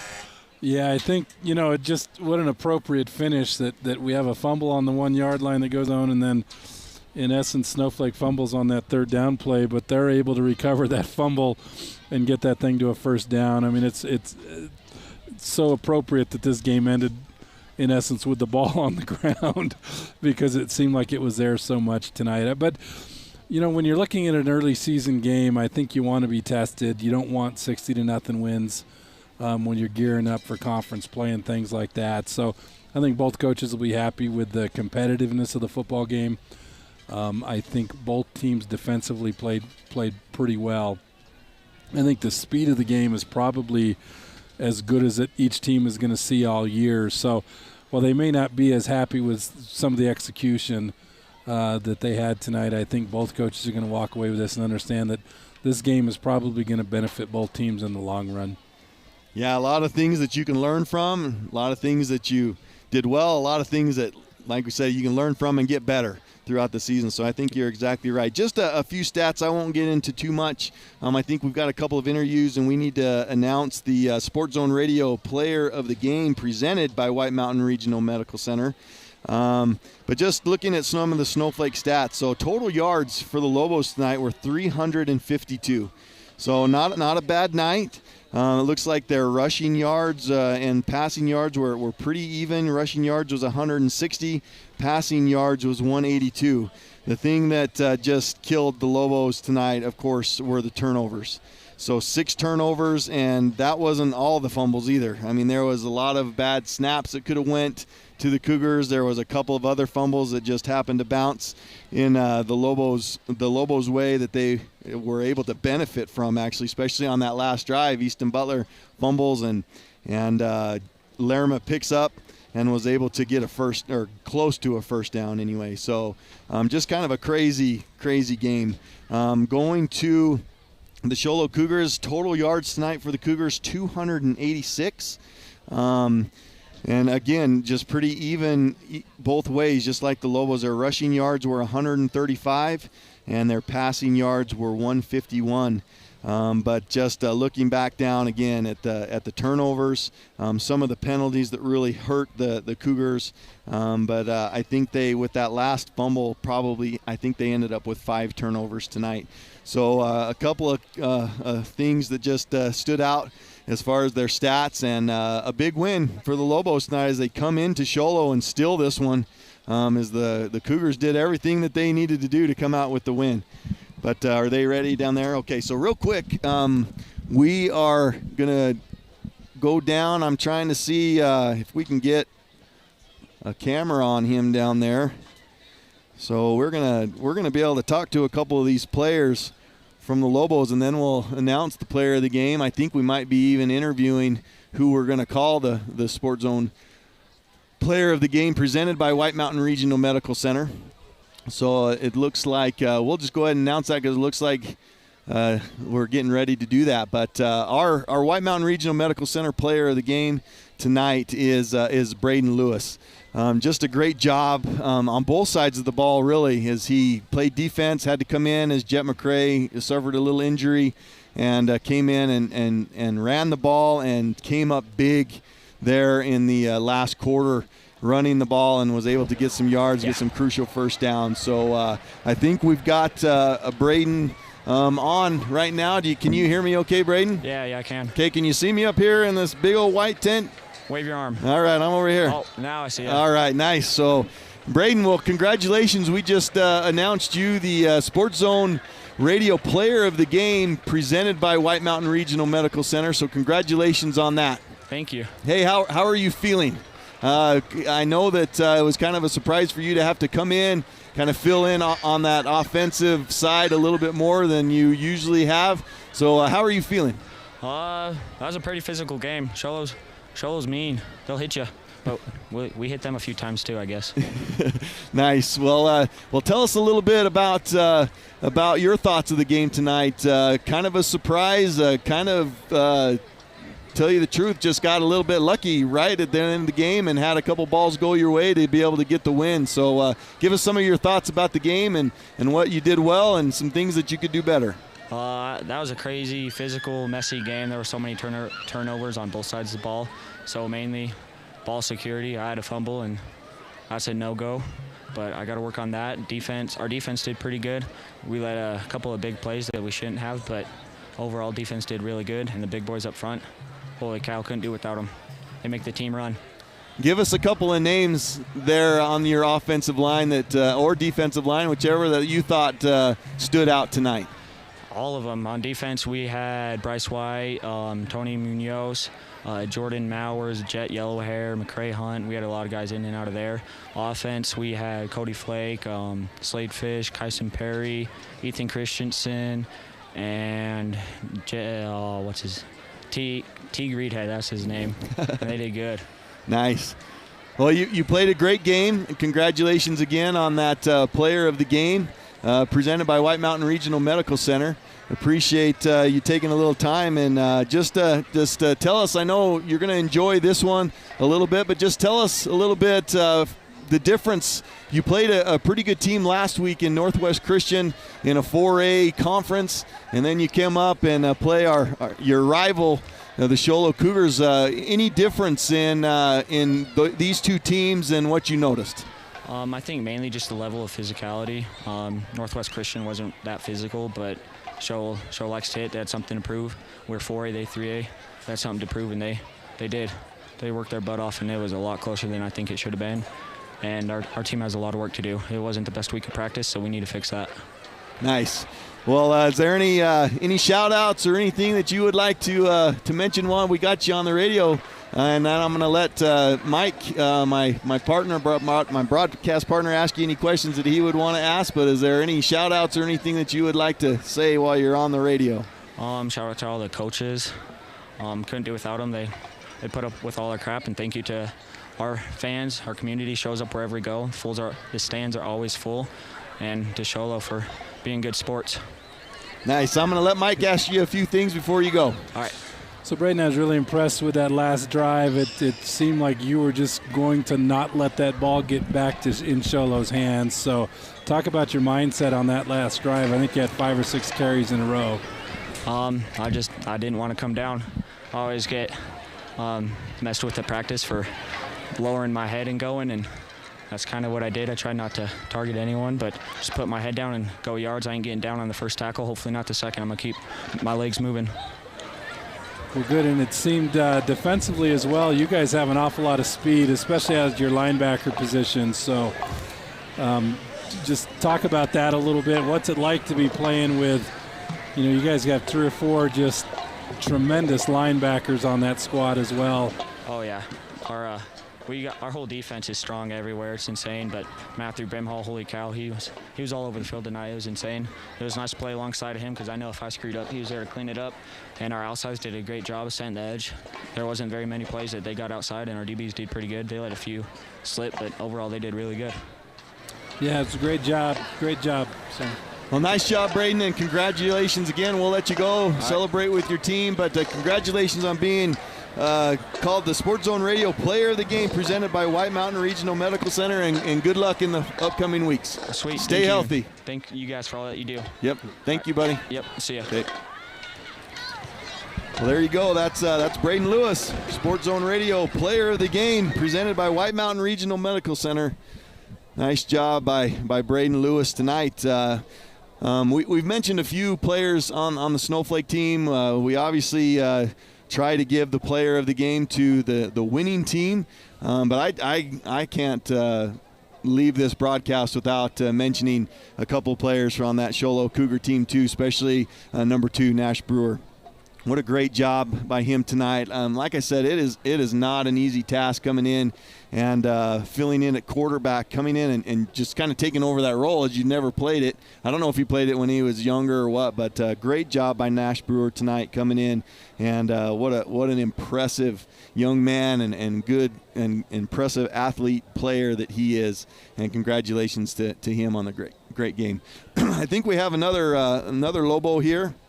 We're going to interview, so we'll get Lance Christensen on the mic. Lance, can you hear me okay?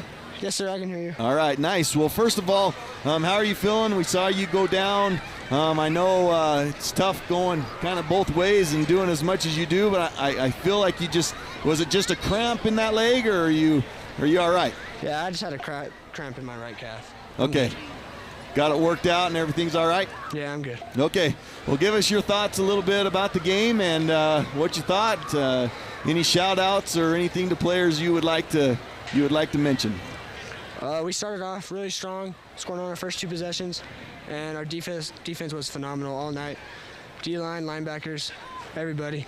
We trusted each other and we did our job, and we were lucky to come out with a win after all those turnovers, but a win's a win, A win's a win, and that is correct. And especially here at Show Low, Show Low, they show up to play Snowflake as well as Snowflake shows up to play Show Low. So it's a rivalry game. It's a big game, and you knew they were going to show up tonight and give you a game. Yes, sir. They play us so tough every single year. It doesn't matter if it's home or away. They're a great team, physical, strong, fast. They're great. Well, I asked Braden a question. I'm going to ask you the same question just because I'm kind of curious on how you guys feel down on the field. But last week, a big win at Northwest Christian in the 4A, your first 4A game of the year, and then coming back up to the White Mountains and facing your rival Show Low Cougars. Was there any difference? What did you kind of feel the difference was between these 2 teams? Between Northwest and Show Low? Yes. So I like the pride. I like the White Mountains. I think we play hard, smash mouth football, and I think that was the main difference. Everybody was physical. Show Low was hitting hard. We were hitting hard, and I think that's the biggest difference. Oh, nice. Well, you're one of the only ones on the Lobos that play both sides of the ball. Is there a preference on where you would want to play? Do you like defense better, or do you like offense better? I love defense. That's where all my best friends are at, and that's where I can have an opportunity to make a play every single play. Nice. Well, you do a great job, Lance, and you're such a great athlete. I'm gonna turn the time over a little bit to my broadcast partner, Mike, and he's gonna ask you a few questions too. Sweet, thank you. Lance, how you doing? Good, thank you. Hey, good, great game first. But first play of the game, how'd you get so open on that very first play? We were just watching some film. Coach Reg figured that they would buy on a fake run, and I happened to be wide open in the middle of the field, and I was able to score. Yeah, it looked like you made a pretty good adjustment on that football. Looked like it was thrown a little bit to your inside. So I was wondering if you kind of lost sight of that thing, or did you track that thing all the way in?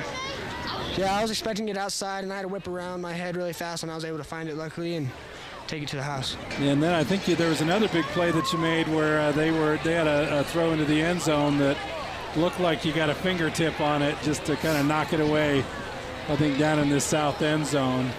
And so you had a couple of really, really big plays. So what do you think gets you prepared to make those plays? And we have some really great coaches that get us prepared for the week, and we really preach playing topside this week after I got burned last week in Northwest. And I was able to cover the field for most of the game today. Yeah, well, you did a great job. Yeah, nice job, Lance. Congratulations on the big win tonight at Show Low. And stay healthy, okay? Thank you. And good luck in your future games. Thank you, sir. All right, that was Lance Christensen. A couple of the Lobos tonight.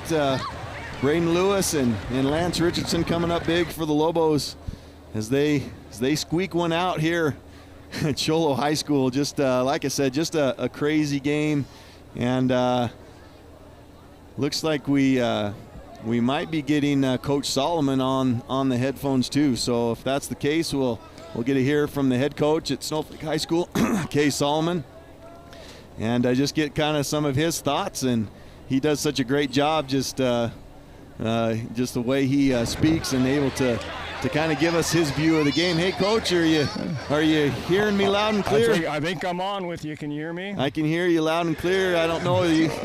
Floyd's not here tonight, so this is your buddy Patrick Austin. Hey. And Mike Brogan is up here with me. And we just appreciate you taking a little time and telling us a little bit about your thoughts about the game tonight. Rough. That was a battle, and I guess you look back to last week, and maybe we were feeling a little bit too good about ourselves. A good showing down there at Northwest Christian, and we come in and maybe get a little complacent this week. Not to take anything away from Show Low. Obviously, the Show Low's coaching staff, Coach Hernandez and his group, did a great job of preparing their kids to play a tough ball game, and they came in and absolutely did that. And we did expect that. We knew that they were a good football team with some real weapons on the field, and they, but we definitely. You look it over, and we shot ourselves in the foot a lot, and those are things that happen in a tough battle like that. So I'm proud of our boys for not giving up. There were a lot of times they could have folded and just kind of thrown their hands up and said, hey, tonight's not our night, but they didn't do that. They kept battling all the way through. Especially, how about Braden Lewis just taking it over there at the end, and we just needed to chunk out yards and burn clock, and he's just getting it done. So awesome job to him. Good job to our defense. They showed up and made some things happen, some big things, and so tough, a battle. We're happy to get the win. We're proud to get the win, but it's definitely not the kind of football that we want to be playing. We got to take it up 2 or 3 notches for what's coming down the road. Well, we've coached high school football for a long time, been around it for a long time, and we understand the things that happen in football, especially high school football. And I just wanted to mention, last week was such a clean game for the Lobos. They played so well, very, very minimum problems, very minimum mistakes. And I think you only had 1 turnover last week. So what's your thoughts on that this week? I think the Lobos had 6 or 7 turnovers. How do you adjust to that as you've learned over the years? How do you come back from a game like last week where very minimum issues, and this week having having these turnovers? Well, it starts, you know me, I'm a line coach and worked with you doing that. And it starts up front when your timing's thrown off with guys getting through holes and making, blitzing, and that affects your exchanges in the backfield. That affects guys getting the ball secure before they start taking contact.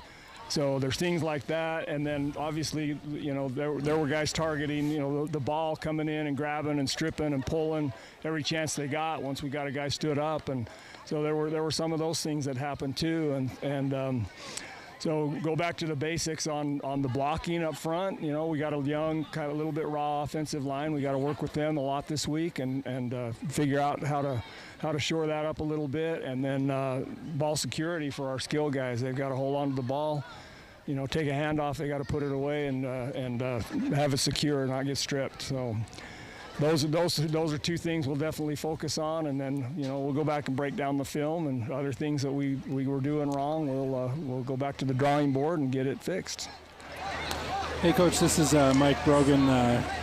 First, I'm excited to be joining the coaching crew out there in Snowflake, a bunch of wonderful coaches out there. We're excited to have you. Yeah, hopefully I can live up to that standard you guys are setting here on the football field. But one thing that stood out to me at the end of the game there on that Kishbaugh interception was the resiliency of Easton to get back in that play and make that tackle at the 1 yard line. I thought it was Easton who made that tackle. I think it was. But that ended up being a significant play because they fumbled that next snap. And so talk a little bit about the resiliency and the toughness of the kids that never give up, and how important that is. Yeah, that's a huge part of what we'll take out of, we get the win, it goes in the win column, but the bigger thing is it's good to have these kids tested. We got to know who we can go to and who we can count on, and you're right, Easton throws that pick. It would have been easy to hang his head and just, assume that a play was going to be made, but no, he's busting it across the field and manages to make a tackle at the 1 yard line, or I think he might have actually stepped out of bounds close to the one, but that's, of course, because pursuit's coming. So great play by him not to give up, and then, like I say, you got, Lance battling all night. You got Braden battling all night long. You got all these guys that there's no quit in them, even just mistake after mistake, and it's easy to start hanging your head and just saying, hey, it's just not our night. Hopefully we can still get out a win, but that's not their mindset. They were just still going at it, doing, trying to do everything that they could to get the ship righted and get things going. So. Yeah, and I thought your defensive ends played pretty well tonight, containing, mostly Nash, Brewer, and keeping Kishbaugh inside. So was that by design? Were you guys pushing up the field a little more than you regularly do, or how were they able to keep him contained most of the night? Definitely a focus, especially when he's back there to pass. He's a threat, whether he's running or passing or whatever he's doing. So yeah, when it's a pass look, then especially difficult because we've only got the 4, and it falls to those defensive ends to try to keep him inside and keep him contained. And so yeah, that was a focus this week, and sometimes we were successful, but sometimes he broke containment and got outside, or we had a guy get blocked or take a bad inside angle. And like I say, those are the things I mentioned to Coach Austin that we'll work on. We'll look at film and we'll see, and it's just about correcting a lot of those little things that were giving us problems and helping them but the bottom line is we played a very good football team tonight too, and I don't want to sound like I feel like that's not the case, because we had to battle. We knew we would have to come in. I kind of figured that our depth would take over in the end a little bit, and we would be able to wear them down, but that wasn't the case. So all credit goes to Show Low, their kids, their coaching staff, and they came to play, and they played 4 full quarters. They did an awesome job tonight. Well, good job, Coach. Congrats. Thank you. Well, Coach, we appreciate your time. Can you just give us just a quick update on Jet McCray? Not sure. We'll see. We'll have to have it assessed. It was a stinger that took him out. So those are sometimes they're not that big a deal. You recover quickly. Sometimes it turns into a little bit more than that. But we'll have him looked at and treated over the weekend, and we'll see where that goes. Well, we appreciate it, Coach. This year in the 4A, you're not going to really get a week off. I mean, you got to turn right around and be ready for a good I believe it's Glendale, correct, next week? Yeah. So Glendale next week. We got Glendale coming up. So anyway, good luck. I hope you stay healthy and the team, and we appreciate what you do. Thanks, guys. Thanks for the coverage tonight. Appreciate it. Thanks, Coach. Well, that was Coach Solomon of the Snowflake Lobos. Great job tonight. Always so humble and kind, and gave a lot of credit to this Show Low Cougar football team, which is well deserved, as they came in and just they played a great game, and had a great game plan against this Lobo team, and just did a great job. So maybe some final thoughts, Mike, and we'll I don't see anybody else coming to the mic, so maybe some final thoughts on your part, and we'll close this one down. Yeah, I think it was a highly competitive football game. Like I said, a little early in the season, so maybe more turnovers than I'm sure either coach would like, and more than they're going to have later on in the season, I'm sure. But the things that stood out to me, I think the interior line play for Show Low was stood up pretty well to some kids that were bigger than they were. I was really impressed with that. I was really impressed with the Snowflake kids, their resiliency. They had plenty of opportunities with those turnovers to duck their head. I think one thing that was impressive is they'd never compounded. They didn't make a turnover and then give up a big play right on its heels. And so the defense did a really good job to only give up 14 points. One of them being a defensive score when Brewer picked that fumble up and ran it in. So when you have an offense that turns the ball over 7 times and they only give up 14 points, I think speaks really well of the defense. So I think both these teams are going to be very successful. They'll both be playing late in November and December. Well, I appreciate it, Mike. It's been fun being on the radio with you tonight. Great job, great comments. It was fun. I enjoyed doing this game with you, so thanks for doing it, and appreciate it. Made some great comments. Hey, you bet. Had the time of my life. So that was awesome. What a game here tonight. We'll close this one out. You've been listening to the Sports Zone Radio Game of the Week presented by Hatch Toyota. Congratulations to Braden Lewis, the Sports Zone Radio Player of the Game, presented by White Mountain Regional Medical Center. We appreciate you all listening in. We appreciate our sponsors, Hatch Toyota. This game, we appreciate them and their sponsorship. So thank you for listening in, and tune in next week. I am not sure what the game of the week next week is, but I'm sure it's going to be a great one, and we look forward to having you on the station. So we appreciate it, and everybody have fun, drive safe, and have a great night.